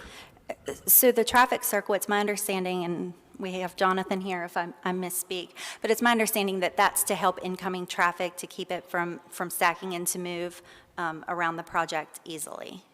So it's not necessarily. Let me rephrase it then. For the Elks Where Lodge. will the Elks Lodge? And John, correct? I know, but if you're going to put a street in there, it's going to have curves. The Elks Lodge connection, I think, will relocate to off that traffic. That's circle. what I figured. Yeah. Oh, I'm sorry. All right. Yeah, Thank you. it's a shared entrance. Sir, Mr. Rodenbach? I think it's a great plan. And I live on Pine Street, which is one block over, and it's a very quiet neighborhood street, and I've had numerous emails and knocks on my door about that stoplight is going to entice people to go across into a quieter street instead of turning right or left on Oleander Drive, and human nature just dictates that. And I have to bring that up, and I don't think there's a thing that you can do short of saying no through traffic, which is a lie, or requiring right turns or left turns, which I don't know how you can do that either.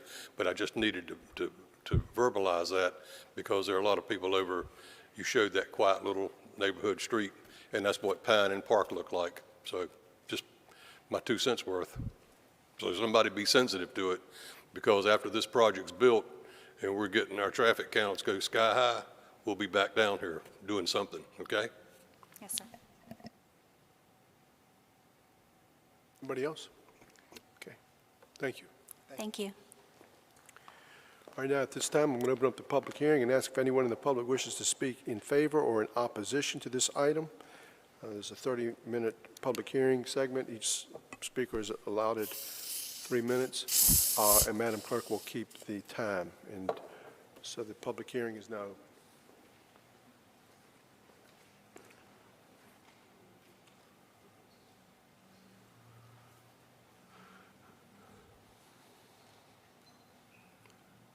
Madam Clerk, have you received any additional comments? Okay. Are there any further questions from council? All right.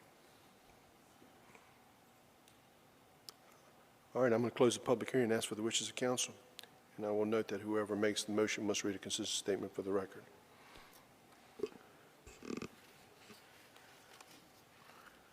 A motion by Councilmember Barnett, second by Mayor Pro Tem Haynes. Councilmember Barnett, will you please read I move to approve the proposed amendment to rezone the property located at 5026 Oleander Drive from CB/CD Community Business Conditional District to CB/CD Community Business Conditional District for a commercial district mixed-use development, and find it to be consistent with the relevant policies in the comprehensive plan. Based on the application materials and the information provided at the public hearing and in the staff report, and to find approval of the rezoning request is reasonable and in the public interest for the following reasons. The proposed rezoning provides a residential component to an existing commercial area, adds to the mix of uses, and provides modal connections between adjacent areas. Okay. All in favor of that motion, please indicate by saying aye. Aye. Any opposed? That item passes unanimously on first reading. Is there a motion to waive second reading? Mr. Mayor, I apologize. I'm so sorry. My client reminded me of this when we went back. There is a condition, number 13, in the staff report. I apologize greatly. There are 2 sentences to that condition. And that is on page 11 of the staff report. 11 and 12 are the conditions. And condition number 13 says, workforce housing units shall be dispersed throughout the site and not concentrated in one area. We've already spoken about that and we agree. The second sentence says, "The interior finishes, unit size, and equipment shall be the same as market rate units." And that is a little questionable, and we're not quite sure what they mean. Does it mean that they have to have the same exact countertops, or they all have to have ovens and microwaves and air conditioners? And I apologize, I meant to ask for clarification on that, and I Well, that was in the staff report, so I'm going to ask staff to comment on it and give us an explanation. Yes, Mr. Mayor, that was our attempt to make sure that all the units were the same, and so the workforce housing units weren't treated any differently throughout the project, so you wouldn't know one from the other. If it needs to be worded differently to achieve that goal, we're happy to entertain an alternative language. We're just concerned, even the workforce housing units and the market rates, they don't all have the same footprint or size. They don't all have the same fixtures and finishes. So, we're happy to have them dispersed. We're just not quite sure about the specifics of that condition. Okay, we have a question here from Mr. Spears. Now, I saw the diagram that you had up that was drawn that had the discrepancies between the two, and I was wondering that, and now that you brought it up, I mean, I feel a little differently about it. I mean, is that a deal breaker on your end to make them all the same? Well, all of the units have different sizes, so not all of the 3-bedroom, even market rate, are the same size. They're just different footprints throughout, but I can let Mr. Perry speak to that a little bit more. Yeah, the illustration that was up was attempting to show the finishes that we've done in the past. So these are the standard workforce homes in the example homes I talked about in Chapel Hill. So as speaking to the finishes, it could just be a wood or a laminate type flooring finish versus a high-end granite that might go in a market rate home. These diagrams here on the affordable, on the workforce, the square footages, we have different size square footages of 1-bedroom market, 2-bedroom market, 3-bedroom market. So it's just, there's no real way to say, okay, it's the exact same size, because we have different sizes across all product types. So these units were used to illustrate example sizes of what the affordable homes are in East 54 and Chapel Hill that have been well received and done in a good manner. So I think the point was to clarify that that's not in the ordinance. It was added, I believe I'm saying this correctly, as a comment by staff, but we do not, that's not how we've done it in the past, and we think that'll make it more detrimental to set that precedent, of saying that everything has to be the same sizes, same finishes, when, you can do it in a high-end manner, but everything's not the same throughout the development.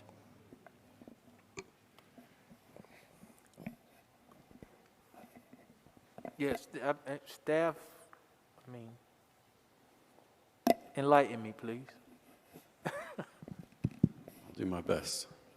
I don't know that we anticipated every unit being exactly the same. I think in our minds, we wanted the units that were similar to be similar. So if you had a 1-bedroom at this square footage at market rate, it was similar to a 1-bedroom at this square footage at the workforce housing rate. You couldn't tell the difference between the units. That was where our thought was on that. They're right. I mean, you're going to have a variety of finishes throughout the whole range of units you have there.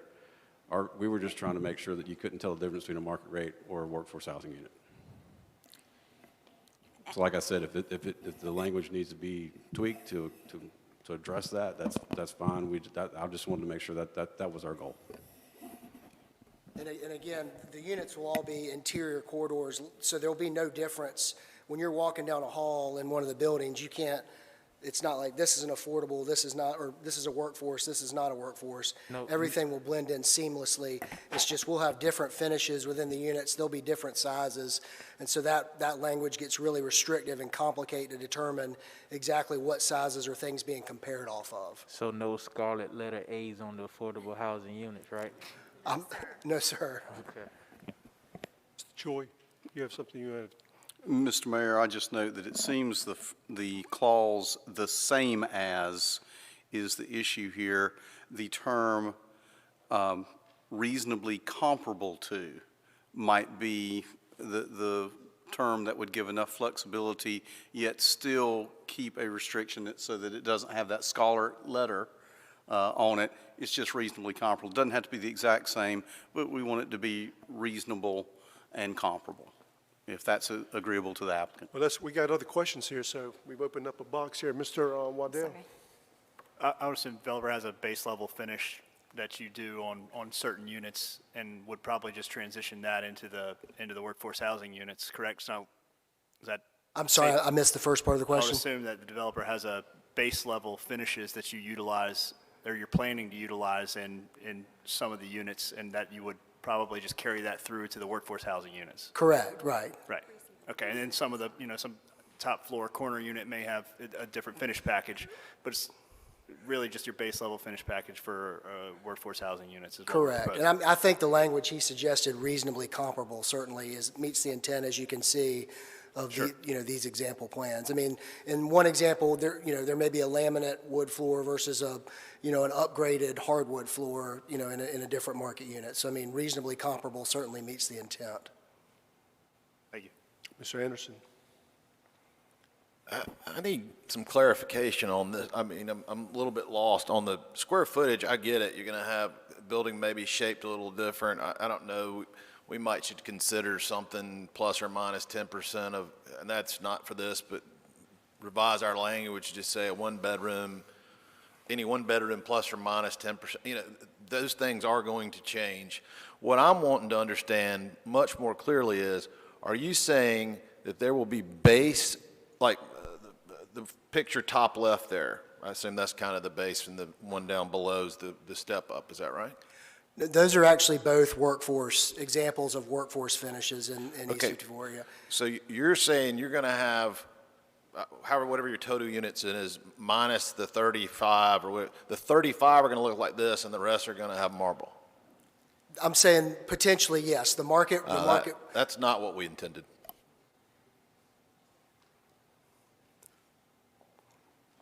He's saying, in other words, how many units you got total? 346. 346. And the only ones that'll have this scaled down finish will be the ones that are for workforce. So it could be in a standard market unit. There could be, yes, marble or granite countertops. In a workforce home, it could be laminate, a different product. There could be different products throughout the different market rate units. So you got the benefit of all these other units, but you don't want to make them the same, is what I'm hearing you say.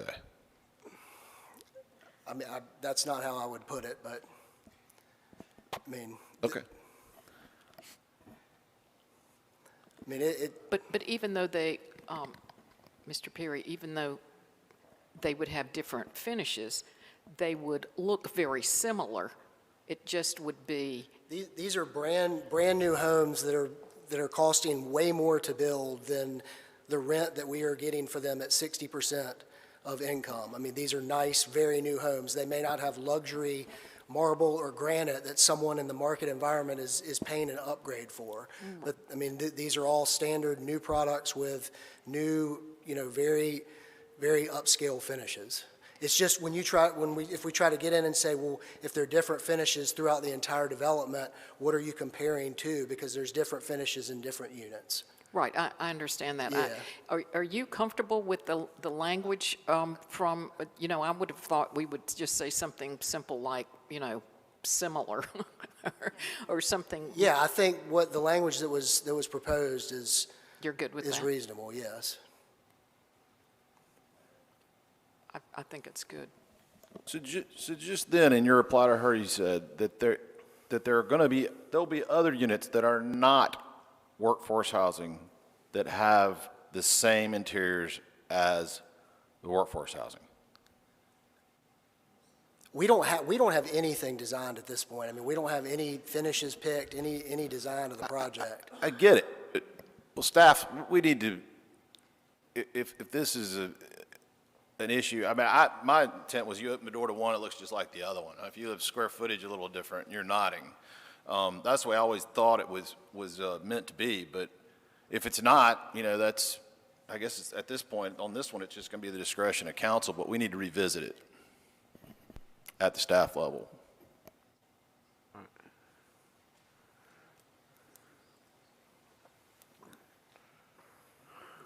If it's okay with you, but I'll just take a 5-minute recess. We need to talk about this for a second, and I'm not gonna- thank you.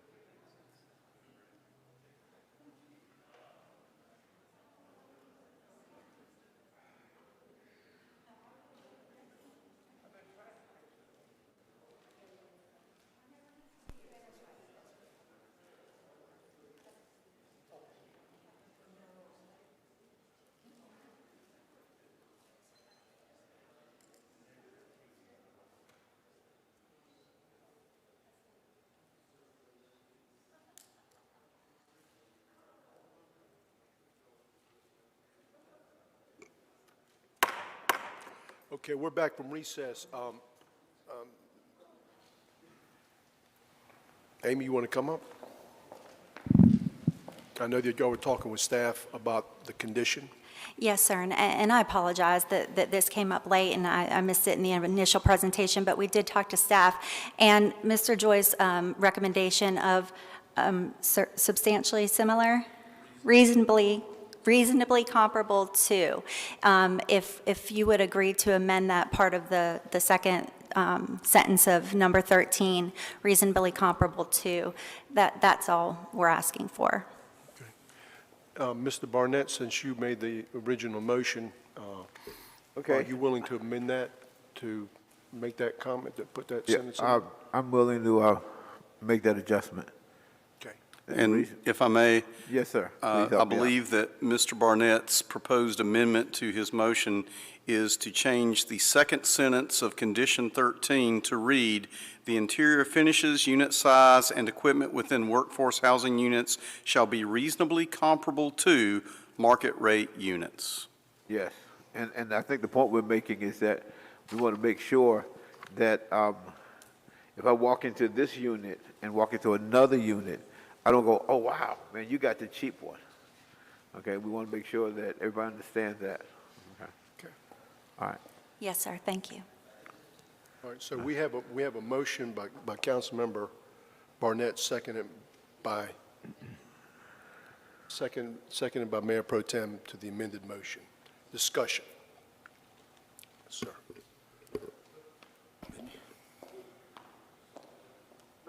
I'm sorry, Earlier. Mr. I'm Anderson? sorry.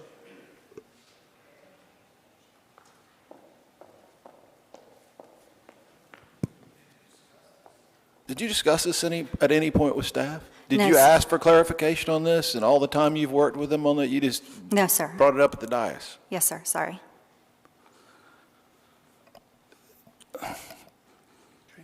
Mr. Spears? I thought Neil was going to go on longer than that.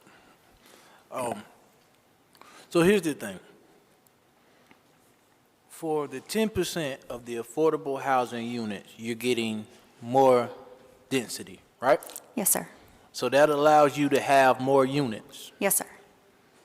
At the end of this 15-year period, the affordable apartments are going to go to market rate, right? Potentially, yes, sir, yes.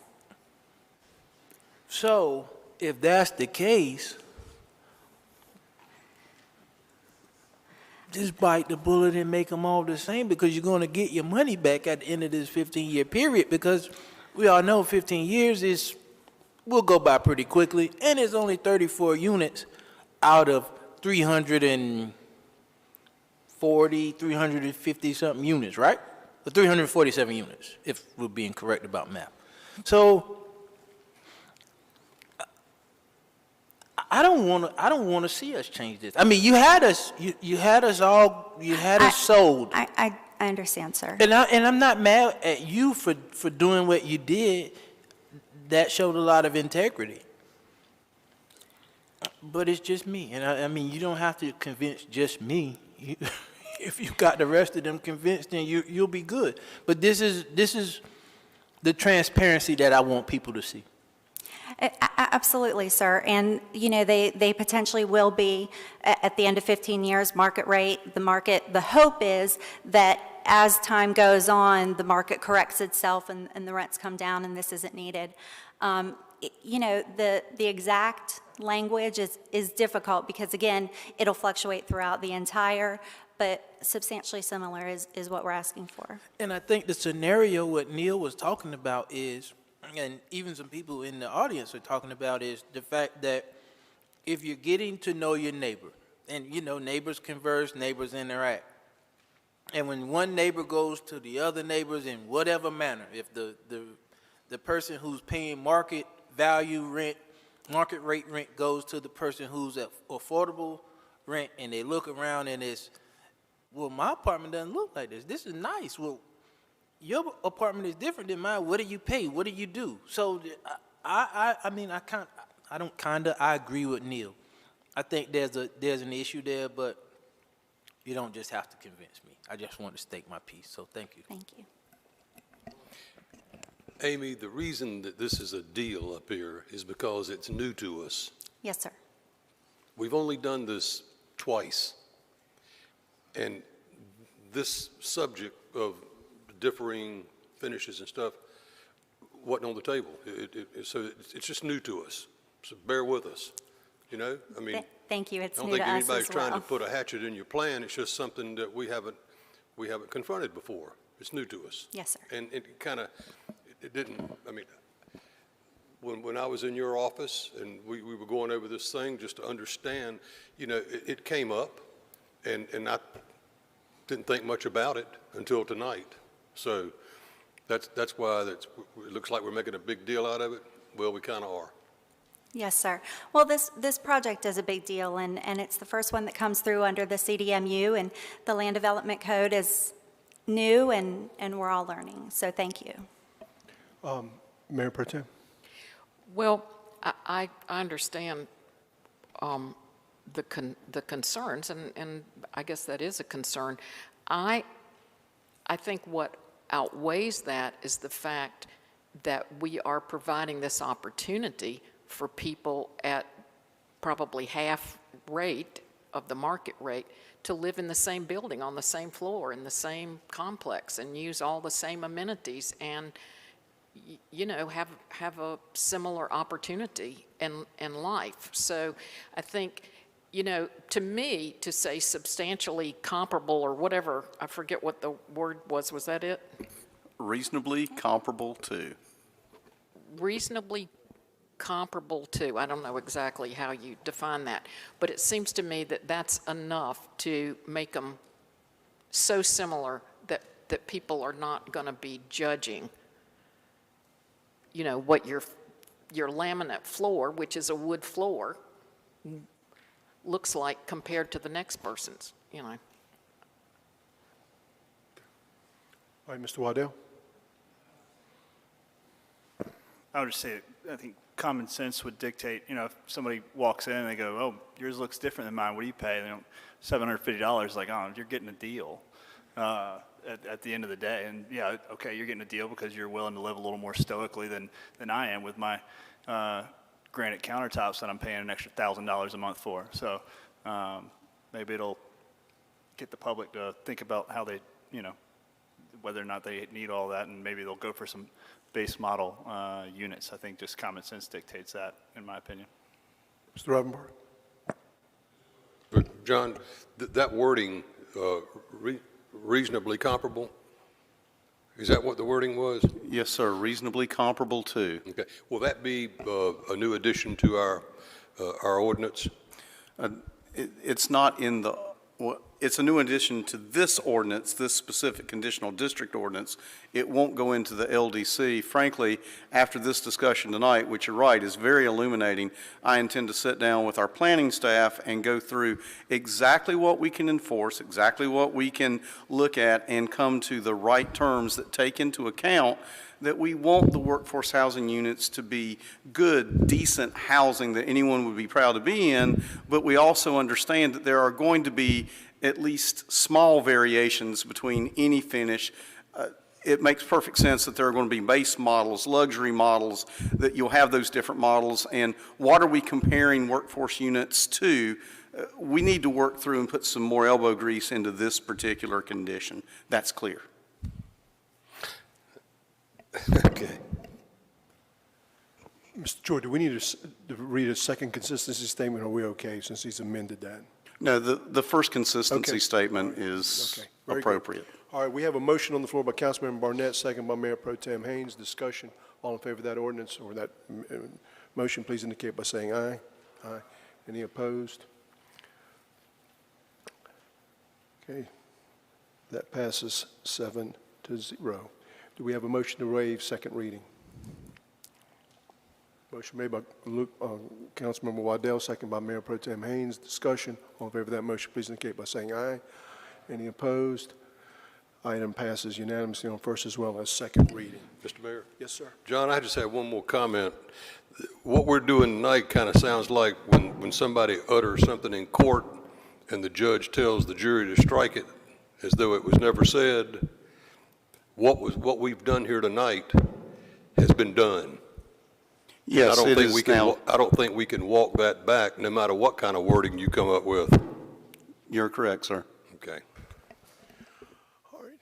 Our next item of business, which is item PH3, which is an ordinance amending the official zoning map of the city to rezone property containing 2.0 acres of land located at 5823 Oleander Drive, 126 Seabrook Avenue, and a portion of 122 Seabrook Avenue from CB Community Business and R15 Residential to CBCD Community Business Conditional District for an assembly hall and a retail sales establishment. This time I'd like to recognize the city manager, Mr. Tony Caudle. Mr. Caudle. Thank you, Mr. Mayor. Mr. Jeff Walton, our associate planner, will overview this item for us.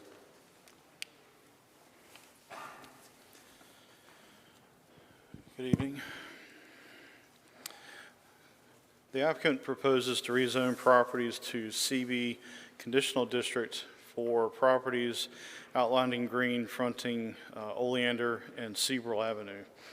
The existing former church sanctuary, which is located here at 5823 Oleander Drive, is proposed as an assembly hall use.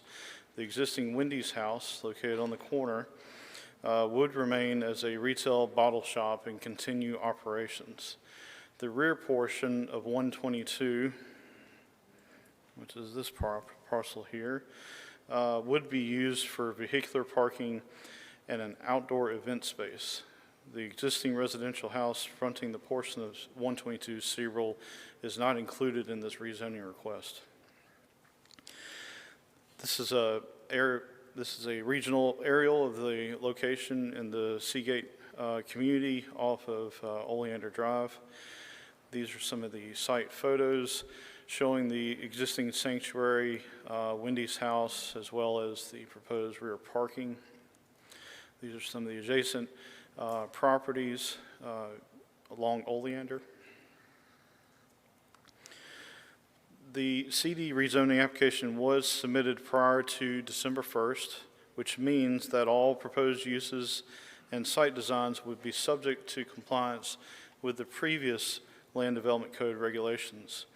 If this site were subject to the provisions of the new code, outdoor seating, events, amplified sound would not be permitted at this location due to the proximity of the adjacent residential zoning. The R15 portion of the request to be rezoned would allow non-residential parking and outdoor areas associated with the proposed assembly use. All structures would remain. Staff has noted concerns in the case summary for potential increase in site lighting, noise pollution from outdoor events to the existing residential uses along Seabrook and Park Avenue.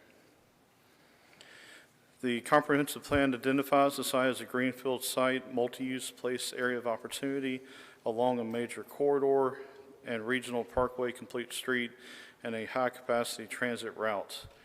The comprehensive plan supports infill and redevelopment that is implemented in a minimal adverse impact on nearby residential properties. There we go.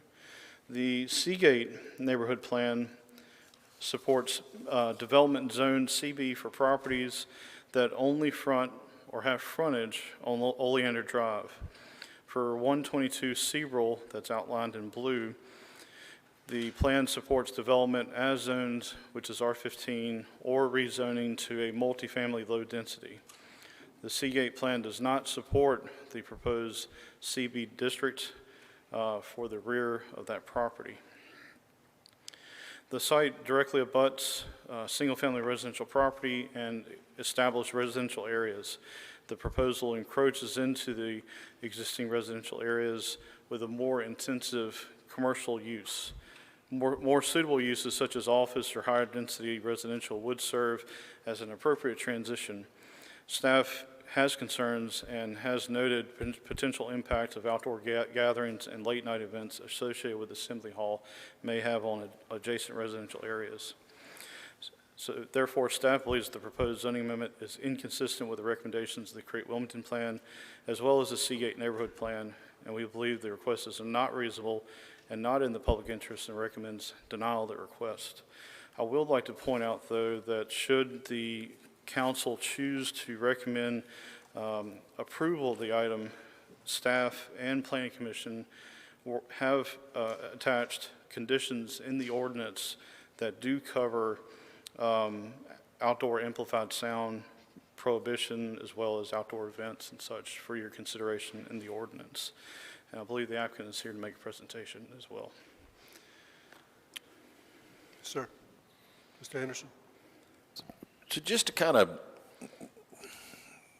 give me some, I guess what's changed, when I think along there on both sides of the road, there are a number of, I don't know, I think Moses across the street, you know, there's different, there's the ice cream place that, like, it's got to be within a block or two of there. I can't remember exactly, but sure. You have restaurants and such. So the area that, the back 40 there, whatever you want to call the garden area, I guess all along there, that far back, we're getting developments like Moe's and those kind of things. But along here, I guess what we're seeing is that the residential has held its ground almost all the way out to Oleander, and that's what kind of differentiates it from other areas. Does that make sense? Other areas along there? I don't follow your question, unfortunately, sir. Well, I don't have it very well posed, so I'll think about it. Sorry. Mr. Waddell? It's my understanding that the applicant's already voluntarily proposed that no outdoor amplified music, no outdoor gatherings. They volunteered that already. Is that correct? Absolutely. If I can read the conditions that are in your ordinance. Yes, I saw the conditions, but the applicant's already volunteered that, right? The applicant has submitted a conditions approval form and has signed off on those conditions. Understood. So they are in favor of these conditions that are submitted. Thank you. So, Ms. Barnett? So are you saying then that if the applicant meets those requirements, then it's a go? We are basing our denial strictly based on the Seagate Neighborhood Plan. The conditions that are recommended in the ordinance are conditions that would limit the commercial intensity encroaching into the neighborhood by restricting outdoor amplified sound, large gatherings, and such. And so the conditions in the ordinance, would not allow that sort of intensity to encroach into the neighborhood. I guess is the attempt of those conditions. Okay, but if they say, as Councilman Waddell said, that they're going to not do that, then is it? Absolutely. I think what the conditions that they've agreed to will make this project viable. I don't. When we look at a denial recommendation, we're basically strictly looking at plans. I think with them agreeing to the limitations that they've agreed to, it makes it for a more favorable project. Thank you. Okay. Any other questions of staff? Thank you, Mayor. This time I'd like to recognize the applicant.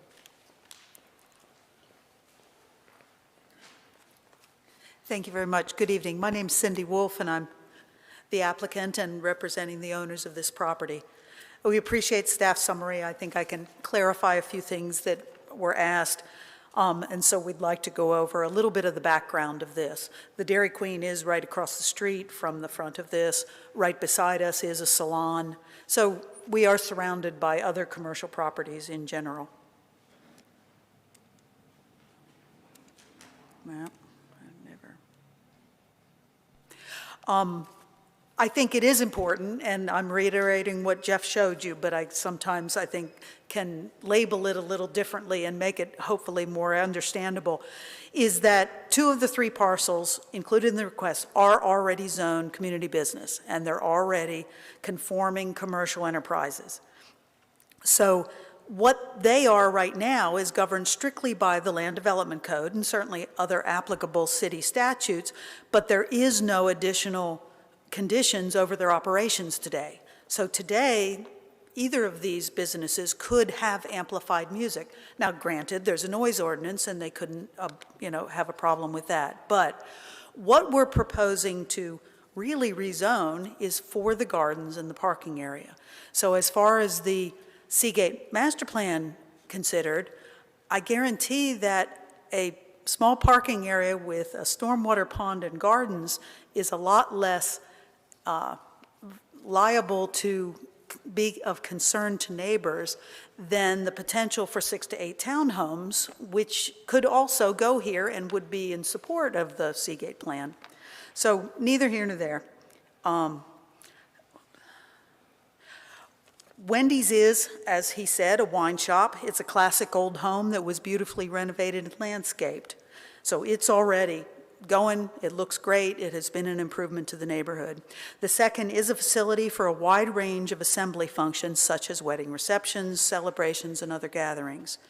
You've got Wrightsville Manor, the most recent that I can think of, over off of Allen's Lane, which exists very copacetically with the residents of Spartina and other homes that are up and down Allen's Lane and on Jones. So, as I said, Wendy came to me with the need for additional parking to supplement the deficit of spaces that would be needed for Wendy's, which has been very successful, and the venue, which we definitely think will be successful. And it seemed fairly straightforward. Submit a special use permit for residents, for parking in a residential district. However, she also had the desire to enhance the scope of the venue by the unique outdoor area that could be used for photo opportunity backgrounds, for the events, or just a stroll if you're tired of the activities that are going on. And she had already engaged a well-known landscape architect who created just this quick concept, but it's a plan that includes specialty planning, softscape features, and even low-impact stormwater facilities that can supplement what we will have to do engineering-wise. So, this is the plan that we're actually talking about, and I know more than anyone how any change can translate into neighborhood concerns, especially over noise and other impacts. And so I believe that the correct and better approach for success of this was to create a composite plan for the complementary uses under the umbrella of a conditional district over the whole thing. That way, the whole point of conditional district is to establish specifically for the purpose of controlling and mitigating the impact of development on surrounding properties. So with that in mind, this proposal includes the entire area, which means any conditions imposed are for the entire area now, not just for the gardens, not just for that small parking area. And it includes upgraded landscaping throughout. The access at Oleander will be improved to a single standard commercial driveway, providing much safer travel pattern, and the interconnectivity between the uses also improves the Seabrook access. We certainly believe that all of the proposed improvements will be an excellent opportunity to enhance the streetscape along Oleander and provide a reasonable transition, which is what we expect, between a busy road corridor and the Seagate neighborhoods. One of the things is in our policies for growth and economics are to retain and promote small businesses. Similar types of facilities, like I said, Wrightsville Manor are here, but this is what we're looking for: improvement of older facilities along our streets and keeping businesses viable. So the key to all of this is certainly the conditions, which we have adopted and agreed to staff has certainly labeled them, and part of the Planning Commission's recommendation for approval have been those conditions too. And other than the noise ordinance, it wouldn't be applied to these properties if it weren't for these. So the conditions are that beyond that red dash line, it will just be the gardens and the availability of people to access it. But there can be no outdoor events, gatherings, or tents located in that area whatsoever. No amplified music or sound shall be permitted outside of either of the buildings, and that the proposed uses shall be limited to an assembly hall and a wine retail store. I just want to touch real briefly on the issue that occurred during the Planning Commission about the notification of the community. And I used to have to compile those lists by just individually picking every parcel off a tax map, writing down their name and address and everything else. We have made it a little more efficient by letting the staff give me the list, because the city GIS program has the ability to produce that. Unfortunately, the program had a gap in it in this particular case where the 300-foot perimeter hit the common area of a community and didn't acknowledge that the common area is absolutely part and parcel of each of those owners that are part of that common area. So rather than delay the Planning Commission, because we felt like we had a great plan, we had addressed the concerns of noise and the umbrella of the conditional use, we chose to move on, and we were successful with the Planning Commission. But I took the opportunity and sent out a second letter offering certainly my time, my email, over the phone, and we had another meeting at the facility for all of the owners on Perennial Lane and all of the residential owners along Seabrook. And so I think that was a success. I hope that that satisfied a lot of concerns, and I think between staff and I, we're more cognizant now if the perimeter goes across a boundary of a common area, that there's a little bit more work to do. Oops, sorry. So with that, we do believe that this conditional rezoning is consistent, reasonable, and in the public interest. Policies for growth do encourage continued efforts to improve and retain our businesses. This is a great opportunity. I mean, this isn't a new project. They have rehabbed and reused existing buildings, which fosters a prosperous and thriving economy through adaptability and sustainability. And the conditions will mitigate the concerns that were brought up. I'd be happy to answer any questions. Are there any questions for the applicant? Yes, sir. So the second time that you went out and reached those persons in the common area, they were okay with what you presented? The only people that contacted me back, and he came to the meeting, he and his wife are Mr. Martin, and he is here tonight. I'm sure he'll make a comment so he can address that. But yes, that was successful, that at least we got a little bit more time to introduce him to the owners and to talk a little bit more about the project. Great, thank you. Mr. Anderson? Cindy, so the use of the trail, I guess, is probably more of just kind of photo op kind of stuff? I mean, that's the intention. I mean, It's so there's no outdoor weddings? No, that we have conditioned that will not be the case. Beyond that red line, there cannot be any gatherings or events, and that would constitute an outdoor wedding. Fair enough. Thank you.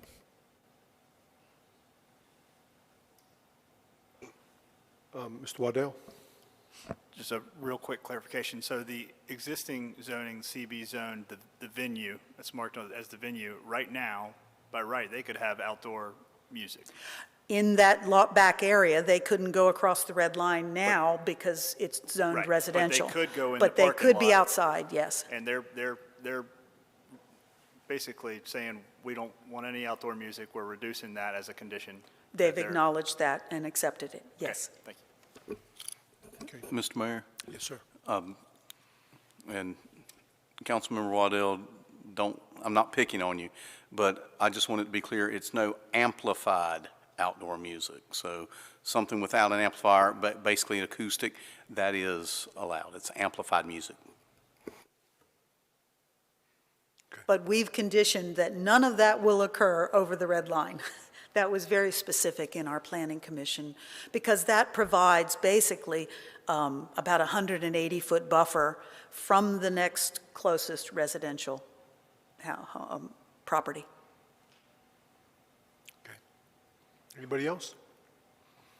Thank you very much. Thank you. I'm going to open the public hearing and ask if anybody in the public wishes to speak in favor or in opposition to this PH3. If you come forward, state your name for the record. 30-minute time limit, 3-minute proposal.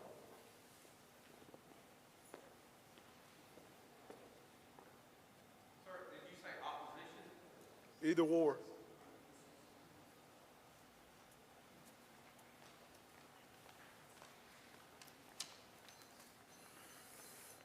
My name's Steve Martin. I live at 5812 Perennial Lane.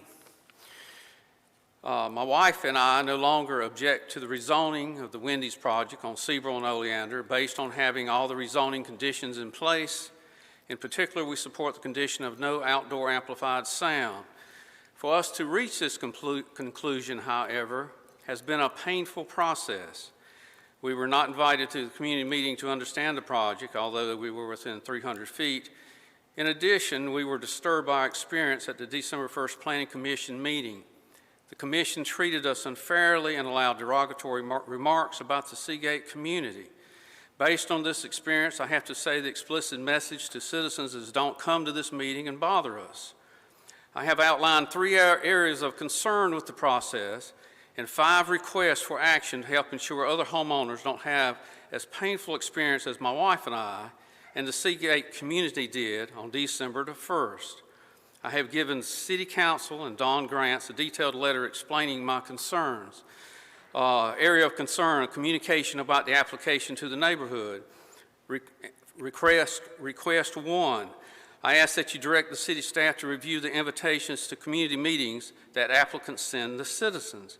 It is in the applicant's best interest to spend rezoning requests to their benefit to diminish the impact of the request. Don't let them do this. Request number 2, please direct applicants to also send community meeting invitations to the residents within 300 feet in addition to property owners. Renters are citizens too and have a voice in rezoning matters. They are allowed to speak at public hearings when comments on rezoning applications are heard, are they not?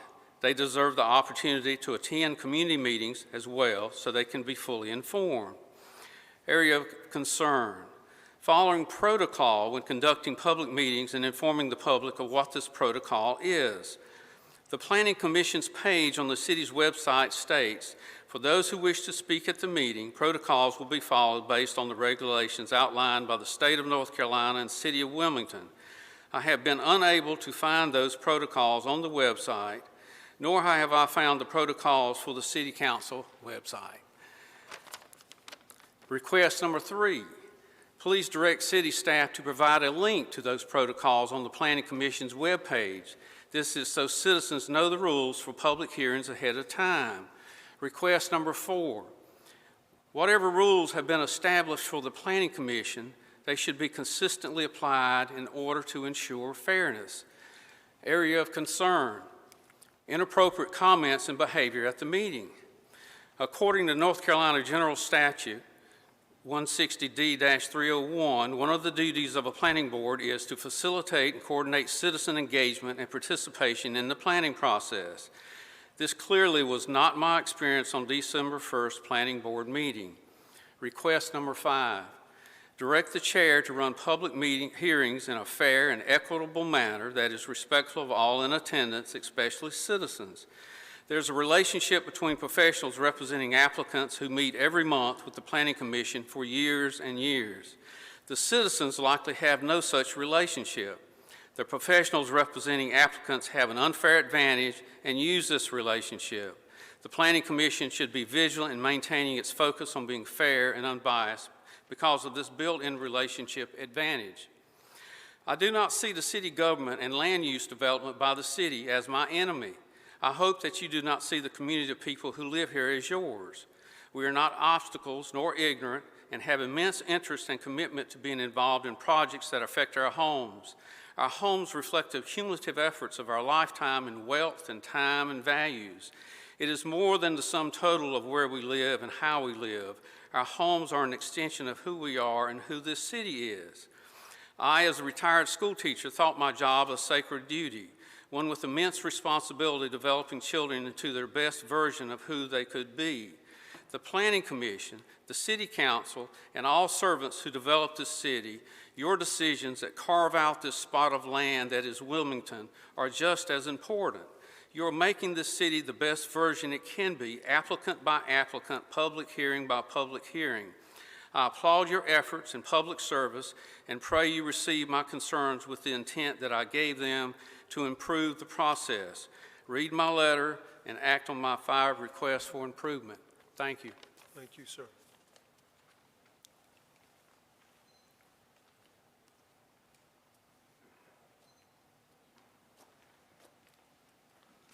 Hello, Council. My name is Daniel Bailey. I live at 111 Myrtle Avenue, about 1 block from this project.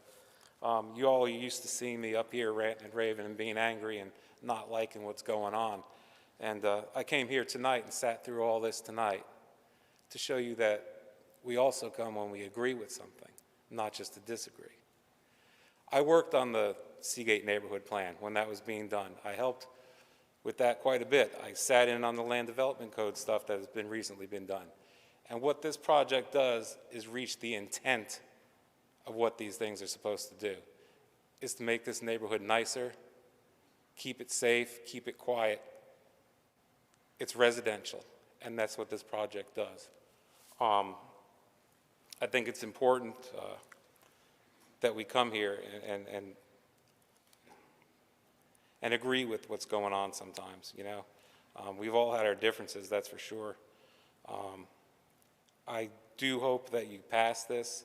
I understand that there's a little bit of law words and stuff that don't always work right, but this is what we want. This is what the neighborhood wants. There was a lot of people who were very interested in this, and sometimes by their not coming, you can tell they support it. But I wanted to come and actually show the support tonight, and I hope it does well, and good luck with it. Thank you. Thank you.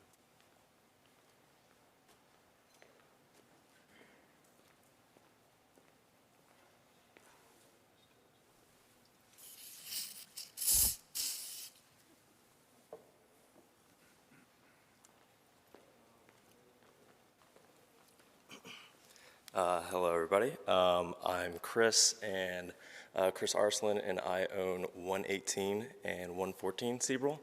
So I believe I would be the closest person to this project.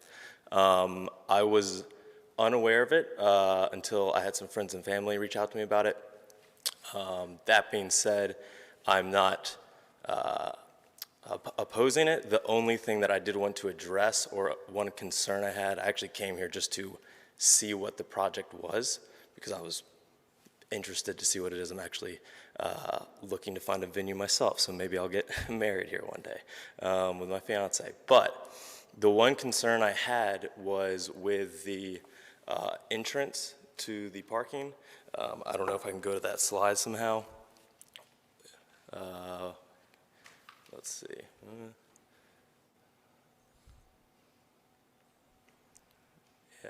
Yeah, that one's pretty good. So on Seabrook, that turn where their Dairy Queen is, really only can safely accommodate about 1 car at a time. There's just, the road from so much traffic going to that Dairy Queen has kind of eroded a lot of that, looking at it to the right-hand side. So it really only fits about 1 car safely at a time. The only concern I had when kind of listening to this whole thing is if there is going to be a lot of traffic going in and out. I'm not sure if that's only an entrance or also an exit. I think there may be a bit of a traffic log or jam when it comes to people entering and exiting. The venue also, the fire department is on Oleander and coming in there if there ever was an emergency, while cars are entering and exiting, would be unable to get to my property and other properties on Seabrook. So that is the only concern that I saw this entire time. Also, I do have cars commonly parking in my grass that are trying to go to Dairy Queen. It seems like there's plenty of parking here, so hopefully that wouldn't be an issue. But I would hope that there wouldn't be more cars parking on my front lawn from this project. So there you go. Thank you.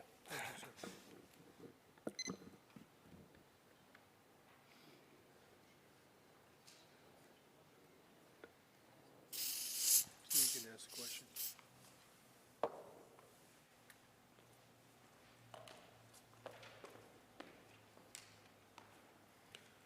Cindy.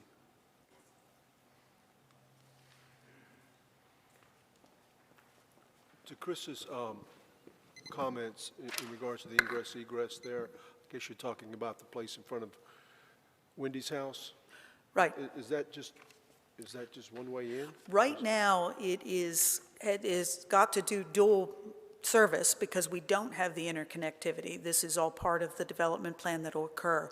Once that occurs and we have that additional parking, it's going to be intended that that is only an in lane, and you'll have to come back out on Oleander. And so that was one of the safety considerations in the circulation. Okay. But yeah, right now, we have no choice. There is only a single lane right beside the house, but somebody has to wait while the other person comes or goes. So if this is approved tonight, then That will and you be have the part of interconnectivity. the site plan and the work with TRC. All right. Very good. Answer that question. Thank you. Okay. Anybody else? Mr. Anderson? I don't know who to ask. There when we have, I guess, or whoever would be streets or whoever can speak to it, when you have it, how far off of Oleander does it come before the city starts to maintain the street? Like kind of that turn-in out area, is it typically? Since Oleander is a state street. Correct, sorry. Run by the North Carolina Department of Transportation, you're asking. I'm trying to figure out, if it is eroding there, like the gentleman says, which Right. very well may well be, are we the party to fix that, or is the state? I mean, how far off does it go, Tony? The answer to the question is, if it goes off of the state right-of-way, it's ours. If it's on the state right-of-way, it's Oh, at theirs. all? Just pretty much a straight line? Generally speaking, across the street like that, yes, sir. Okay. All right, thank you. Anybody else? Okay. Madam Clerk, have you received any additional comments? Okay. Any further questions from council? Okay. I'm going to close the public hearing. I will also note that Councilmember Spears, you must read a consistent statement for the record, please, sir. So we have a motion by Councilmember Spears, second by Councilmember Waddell.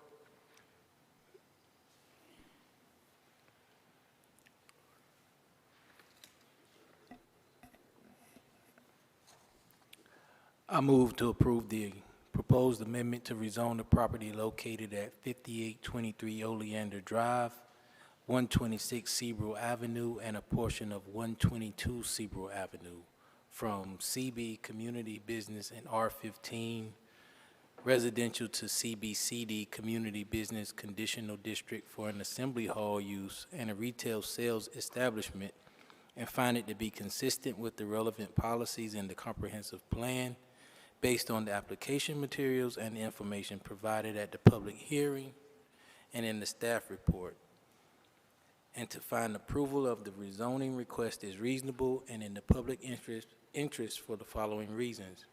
The proposed rezoning provides an appropriate transition between existing commercial uses along Oleander Drive and the surrounding residential areas. Okay. All right. Everybody ready to vote? All in favor of that motion, please indicate by saying aye. Any opposed? That item passes unanimously on first reading. Is there a motion to waive second reading? We have a motion made by Councilman Ravenmark, second by Mayor Pro Tem Haynes. Discussion. All in favor of that motion, please indicate by saying aye. Any opposed? That item passes unanimously on first as well as second reading. Thank you. Thank you, everybody.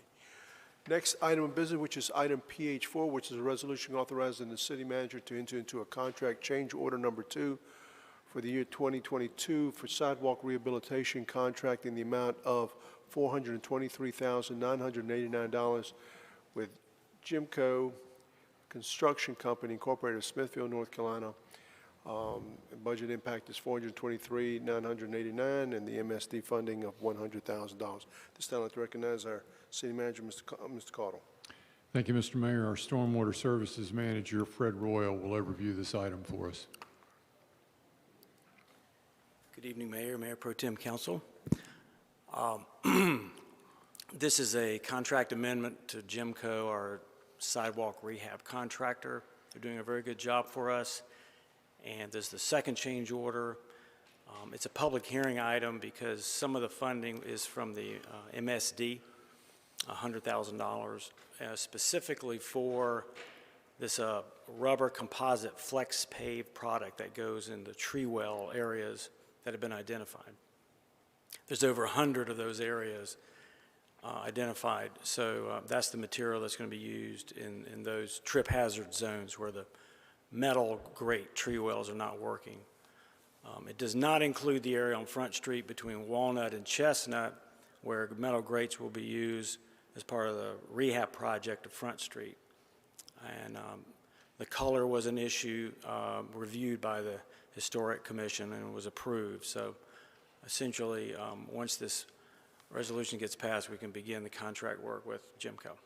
They're also going to be doing sidewalk rehab as part of the project as well. Okay. Any questions of staff? Okay. Thank you, sir. This time I'm going to open the public hearing and ask if anybody wishes to speak in favor or in opposition to this item to please come forward and state their name for the record.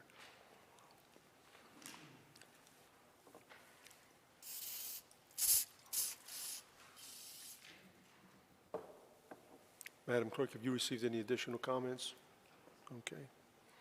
Are there any further questions from council? If not, I'm going to close the public hearing and ask for the wishes of council. We have a motion to approve by Councilmember Ravenmark, second by Councilmember Spears. Discussion. All in favor of that motion, please indicate by saying aye. Any opposed? That item passes unanimously on first reading. Is there a motion to waive second reading? Motion made by Councilmember Spears, second by Councilmember Waddell. Discussion. All in favor of that motion, please indicate by saying aye. Aye. Any opposed? That item passes unanimously on first as well as second reading. That brings us to our next item of business, which is our ordinances. Item 01 is an ordinance reducing the speed limit from 35 miles per hour to 25 miles per hour along streets in the Clearbrook neighborhood. At this time, I'd like to recognize our city manager, Mr. Tony Caudle. Mr. Caudle. Thank you, Mr. Mayor. City Traffic Engineer Dennis Vilkanowitz will overview this item for us.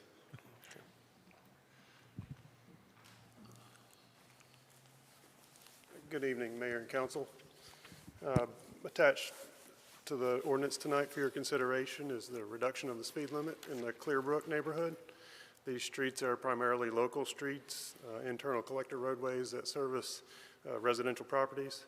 The residents of Clearbrook demonstrated the consensus to reduce the speed limit in their neighborhood to 25 miles per hour by attaining the necessary percentage on a petition required by the City of Wilmington's Neighborhood Traffic Program 25 mile per hour speed limit reduction request policy. So passage of this ordinance is recommended. Are there any questions of staff? Okay. Thank you, sir. Any questions from council? Okay.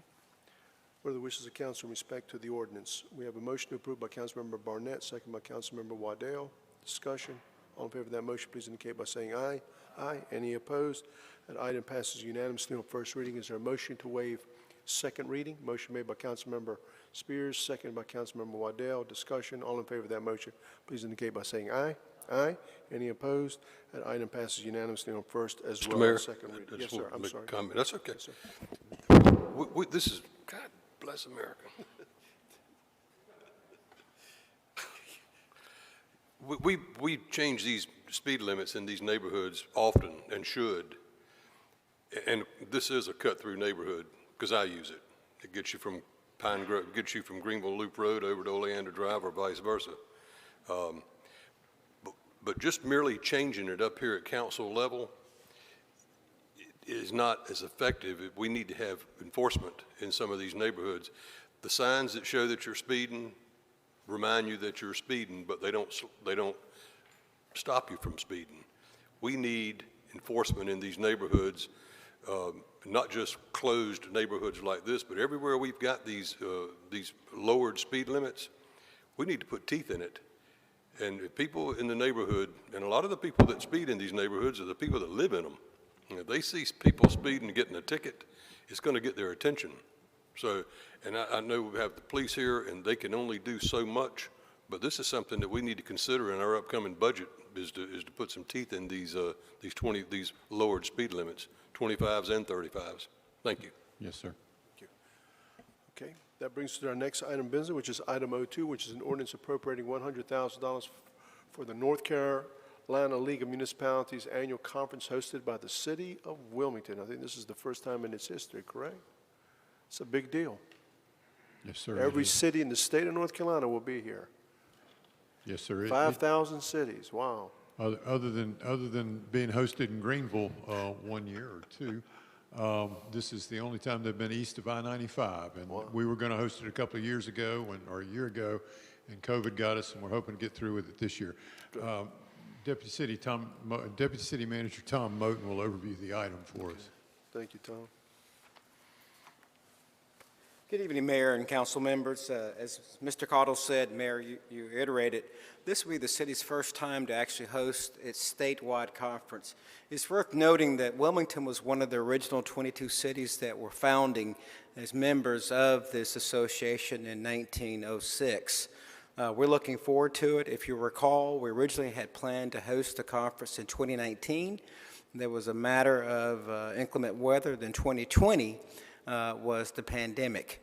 And so we had previously budgeted $100,000 to set aside for transportation, hosting expenses, as well as for the ambassadors and volunteers. And we're asking that today those funds lapsed in the FY20 budget, went back to fund balance, and were not used, and we ask that you would appropriate them tonight so that we can ensure that our first time hosting a conference is carried out with the excellence that you would expect.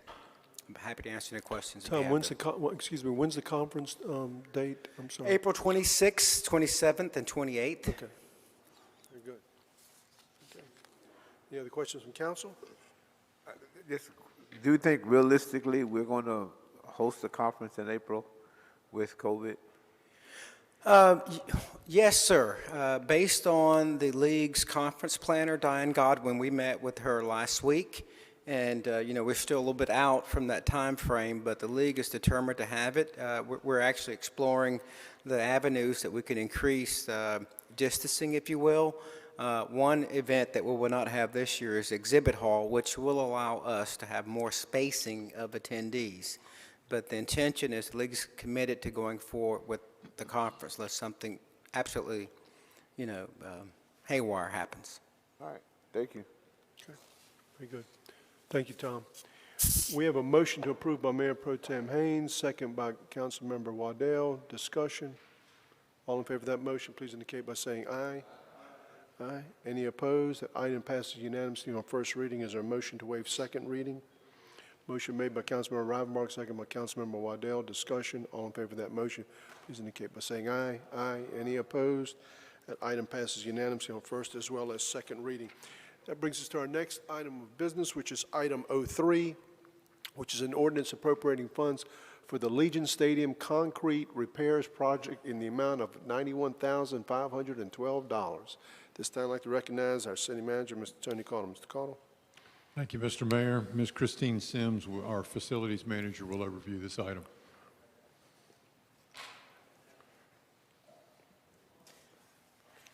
Good evening, Mayor and Council. It's a pleasure to be here tonight. For your consideration tonight is an appropriation ordinance associated with the Legion Stadium Concrete Repairs Project.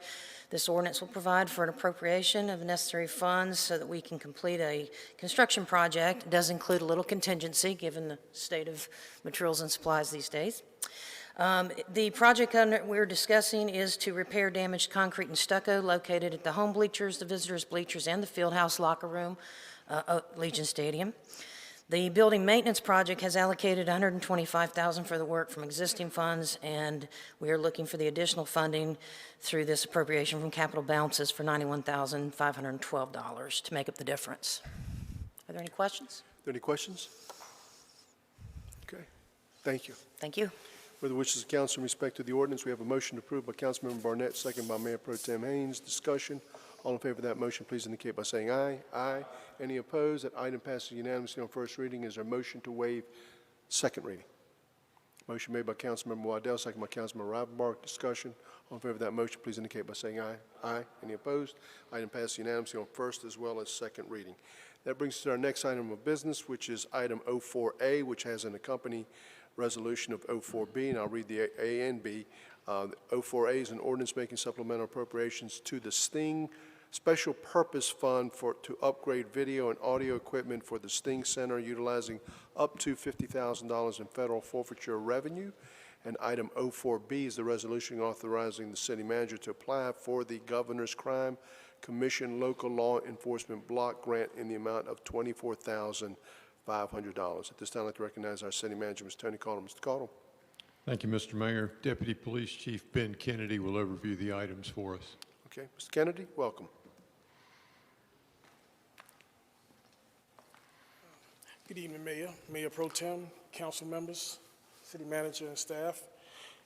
We prepared a video to explain what it is that we're trying to do with the Sting Center and why we're requesting funds from the Special Purpose Fund and also from the Governor's Crime Commission Local Enforcement Block Grant.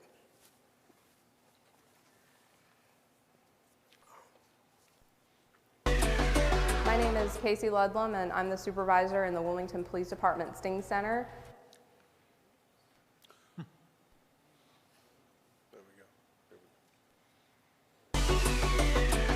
My name is Casey Ludlam, and I'm the supervisor in the Wilmington Police Department Sting Center. And the Sting Center and the Wilmington Police Department are seeking a grant from the Governor's Crime Commission, and we're also looking to use drug seizure funds to begin to upgrade our technology in the Sting Center. Currently, the Sting Center operates multiple computers on multiple TV monitors, and we use a KVM switch to do that, which is a cumbersome process. We have to use a wireless keyboard and mouse and switch between those computers. But what we're looking to do is seek an upgrade from Clark and Powell, and they'll provide us with a matrix system that will help us more seamlessly operate those computers on any one of our TVs. We're also going to be replacing our current TVs and then adding some extras, so we'll go from 8 to 12. And then we're also getting some in-ceiling speakers, and we can tell the speakers what monitor we want to listen to. So if there's something on one TV in particular that everybody in the room needs to hear, we can direct the system to only listen to that TV. Because we're a real-time crime center, every minute and second matters. When officers are on their way to a very involved crime scene or an incident, the faster we can switch between things and kind of throw things up on our TV wall. If the chiefs or members of city council or the city manager's office need to see something, and we can more seamlessly switch between our inputs and our outputs, the faster we can get it, the better. We appreciate city council's support of the Wilmington Police Department and the Sting Center. Okay, hopefully that video explained what it is that we're trying to do. Are there any questions? Are there any questions for Mr. Kennedy? Okay. Thank you, Ms. Kennedy. Thank you. What are the wishes of council in respect to the ordinance? We have a motion approved by Councilmember Barnett, second by Councilmember Spears. Discussion. All in favor of that motion, please indicate by saying aye. Aye. Any opposed? That item passes unanimously on first reading. Is there a motion to waive second reading? Motion made by Councilmember Rivenbark, second by Councilmember Waddell. Discussion. All in favor of that motion, please indicate by saying aye. Aye. Any opposed? Item passes unanimously on first as well as second reading. Now to item 04B, which is the resolution authorizing the city manager to apply for the Governor's Crime Commission Local Law Enforcement Block Grant in the amount of $24,500. What are the wishes of council? We have a motion to approve by Mayor Pro Tem Haynes, second by Councilmember Rivenbark. Discussion. All in favor of that motion, please indicate by saying aye. Aye. Any opposed? That item passes unanimously on only one reading. Thank you. That brings us to our next item of business, which is our resolutions. R1 is a resolution to withdraw previous requests for proposals to redevelop city-owned property located at 1110 Castle Street and to direct staff to develop a new request for proposals. This was continued from our October 19th, 2021 meeting, and at this time I'd like to recognize the city manager, Mr. Cottle. Mr. Cottle? Thank you, Mr. Mayor. Aubrey Parsley, our Economic Development Director, will overview this item for us. Good evening, Mayor, Mayor Pro Tem, members of council. On December 15th of last year, staff received a letter from the sole applicant of the 2019 RFP for the redevelopment of 1110 Castle Street. The letter withdrew their proposal from further consideration, and as such, the item before you tonight would acknowledge the termination of that 2019 RFP, as there are no remaining applications to consider for this property redevelopment, and would direct staff to develop a new request for proposals. If approved by council tonight, staff would prepare a draft in the months ahead and bring it back before council for review and feedback prior to advertisement. Happy to take any questions. Are there any questions of staff? Okay. Tony, when we're putting this new proposal, new request for proposals out, how long will it be before we can put something out for? Aubrey and I haven't actually discussed that, but I would imagine that we would be back to you no later than a March meeting with a request for proposal. Okay, very good. Mr. Radmore? Would a straight-out sale also be an option? Absolutely. That was the staff's original proposal on this, but we wanted to go back through the process, through the RFP process, as council previously described. Thank you. Very good. Okay. All right. Thank you, Aubrey. Thank you. What are the wishes of council in respect to the resolution? We have a motion to approve by Councilmember Barnett, second by Councilmember Spears. Discussion. All in favor of that motion, please indicate by saying aye. Aye. Any opposed? That item passes unanimously.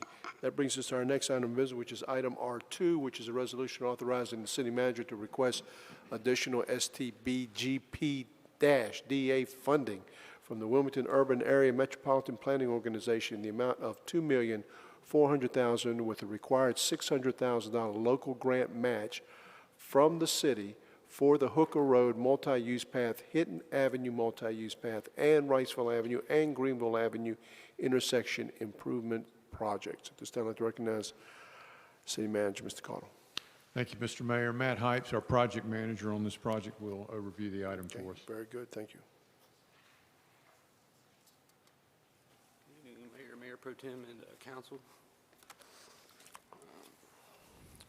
I'm here to present the resolution authorizing the city manager to request additional funding from the WMPO for the Hinton Avenue multi-use path, the Hooker Road multi-use path, and the Wrightsville-Greenville intersection improvements projects. So these are all three federally funded through the WMPO via the Surface Transportation Block Grant Direct Attributable Program. They are separate but in close geographic proximity, so they are being designed, permitted, and constructed together in an effort to expedite their respective schedules and to realize potential savings through economies of scale. Based on the 90% construction cost estimate and estimated project-related costs, we are requesting an increase of $2.4 million in federal funding from the WMPO, which will require a $600,000 local match from the city. This funding increase will cover the anticipated cost for construction, required full-time inspection and materials testing services, the DOT contract administration fees, contingencies, etc. The city's Bike Ped Committee has recommended that the local grant match be covered from capital balances with unused funds from the completed Carr Avenue Bike Lane and Sidewalks project and unallocated funds from the pedestrian and bicycle improvements appropriation. The funding amounts from each source are to be $435,617 and $164,383 respectively. So with that, I'll take any questions. Mr. Ravenmore? Is the Hooker Road project, has the design been completed? We recently, I think it's mid-November, surpassed the 90% design milestone. So the consultant is currently working towards 100% on all three corridors right now. On the what? On all three? Yeah, on all three corridors. They're being designed concurrently, so we surpassed the 90% design milestone in mid-November, so we're currently working towards 100%. on all three? Yes, sir. Yes, sir. Okay. Well, the one that's particular gets my attention is Greenville Avenue and Oleander Drive improvement, because as we talked about in the agenda briefing this morning, there's 2 or 3 entities that are concentrating on that intersection. And what I'm driving at, I don't want to see us spend money when somebody else could spend money, or somebody tear up what gets done. Am I making myself clear? I believe that might be a separate project from this in particular, the Greenville Loop Trail, possibly. Okay. Yeah, I apologize. Mr. Rivenbart, Mike McClicky may have a little more knowledge about this. Because it may not be, go ahead, Mike. Yeah, the project that you're referencing is the Greenville Loop Trail project, where we had a meeting a couple weeks ago with NCDOT and talked about working together on all those projects with some of the turning lanes and things that you mentioned. That is separate from this project. I understand. Yeah. And the private developer? Yes. As well? Okay. Yes, we're waiting for some feedback on that project from NCDOT as far as potential funding opportunities. Is there savings scale of, I can't get the words out, doing all 3 of them concurrently? And the reason there's a method to my madness, I want Hooker Road done so bad, because that thing's had many birthdays, and I wasn't aware that we were doing all 3 of them at one time. I would really like to speed that one up and get that done. The other ones are much newer, but Hooker Road, man, we've been doing that for 10 years. Yeah, we've been able to expedite that to the point where we are as far as we can go with our design. We're about to enter we actually are already into the right-of-way acquisition phase and some of the DOT approvals. So like we talked about previously, if there's an opportunity where some of those right-of-way acquisitions or approvals get ahead on that road, we can break that out and move Can you give me just a ballpark idea, and I promise I won't hold it to you, as to when the design will be finished and we can go to permitting or we can go to construction? Well, like Mr. Hype said, we are pretty much at the end of the design. We had to get to this 90% that Matt said in order to request right-of-way authorization from DOT, since it is a federally funded, has federal funds involved. So the next step really is to go through the right-of-way process. That will take a few months to go through the spring and into the summer. And then depending on how quick those go, if we finish those quickly, we can request construction authorization from NCDOT. So it's hard to tell. We've done as much as we can from city staff to get it where it needs to. Now there's some variables in there. Okay, so we still have to purchase right away? Yes. Okay, thank you. Yes, and we could, with the federal money, we could not do that until we got to 90%. Yep. All right. Anybody else? Okay, thank you. What are the wishes of council in respect to the resolution? We have a motion to approve by Councilmember Barnett, second by Councilmember Anderson. Discussion. All in favor of that motion, please indicate by saying aye. Any opposed? Item passes unanimously. That brings us to our next item of business, which is item R3, which is a resolution calling for ratification of the Equal Rights Amendment. This is sponsored by Mayor Pro Tem Margaret Haynes, and I am going to recognize Mayor Pro Tem now. Thank you, Mr. Mayor. I was asked to bring this forward by the New Hanover County, Wilmington and New Hanover County Commission for Women, and had been approached sometime earlier by the local League of Women Voters. So the county has recently passed this type of resolution, and we have worded it, we think, appropriate for the city from the legal department, and I guess I need to read the whole thing. So it's a resolution calling for ratification of the Equal Rights Amendment.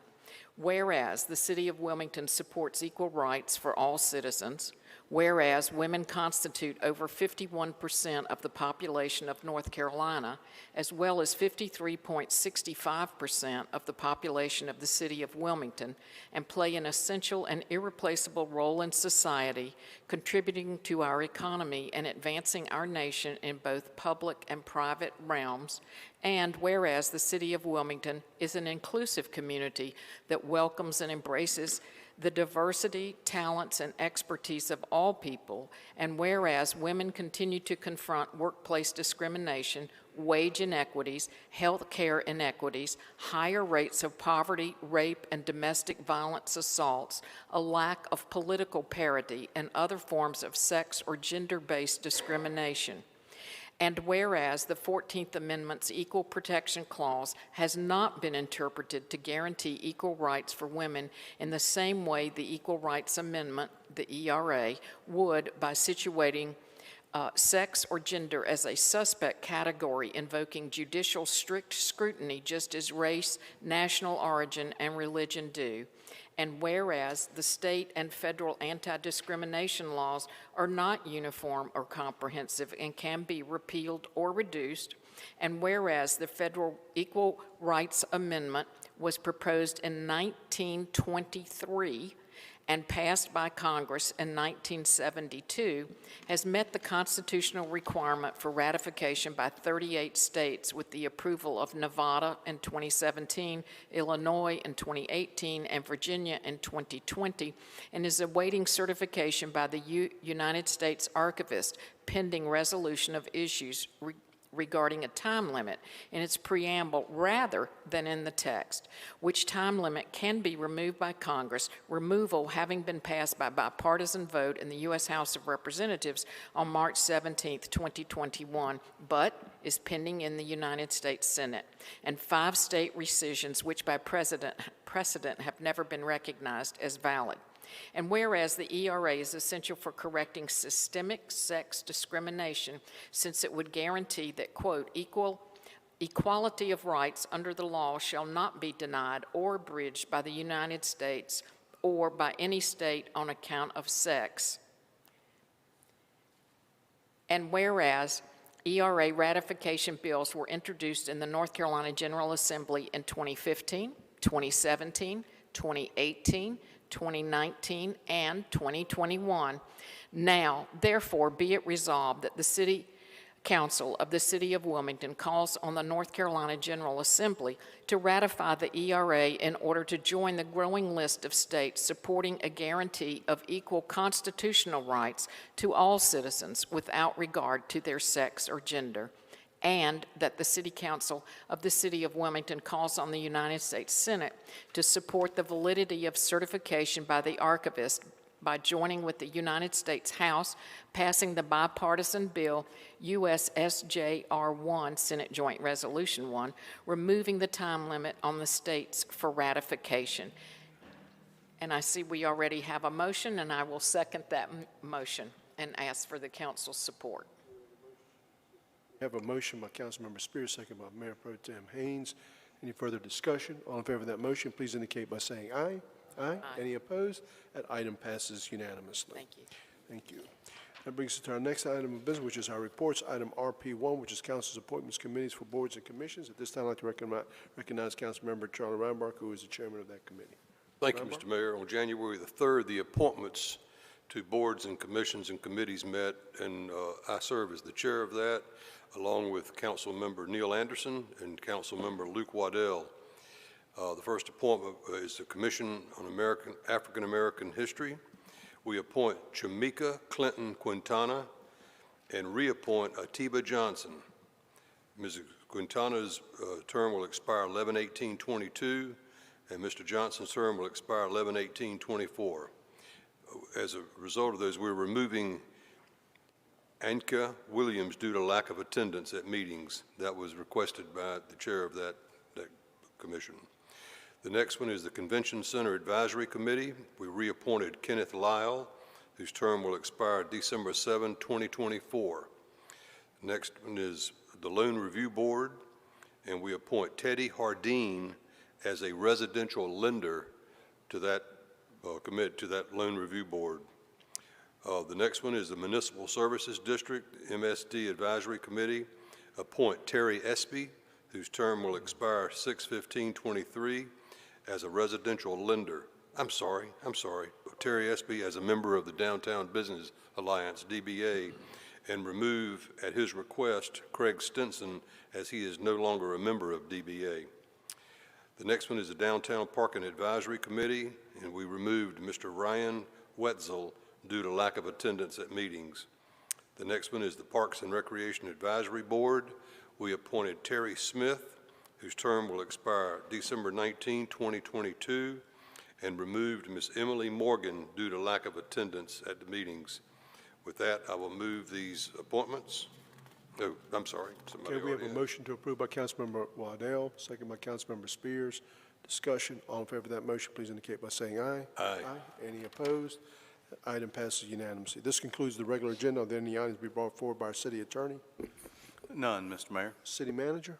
Mr. Mayor, just 2 items to remind you of. First of all, on February 28th, William Rivenbark from the School of Government will be here to do a primer for you on finances in North Carolina. This is at the request of Councilmember Rivenbark. No relation, but he will be here to do a presentation at your agenda briefing. The second item is that we will be moving the council meeting in March.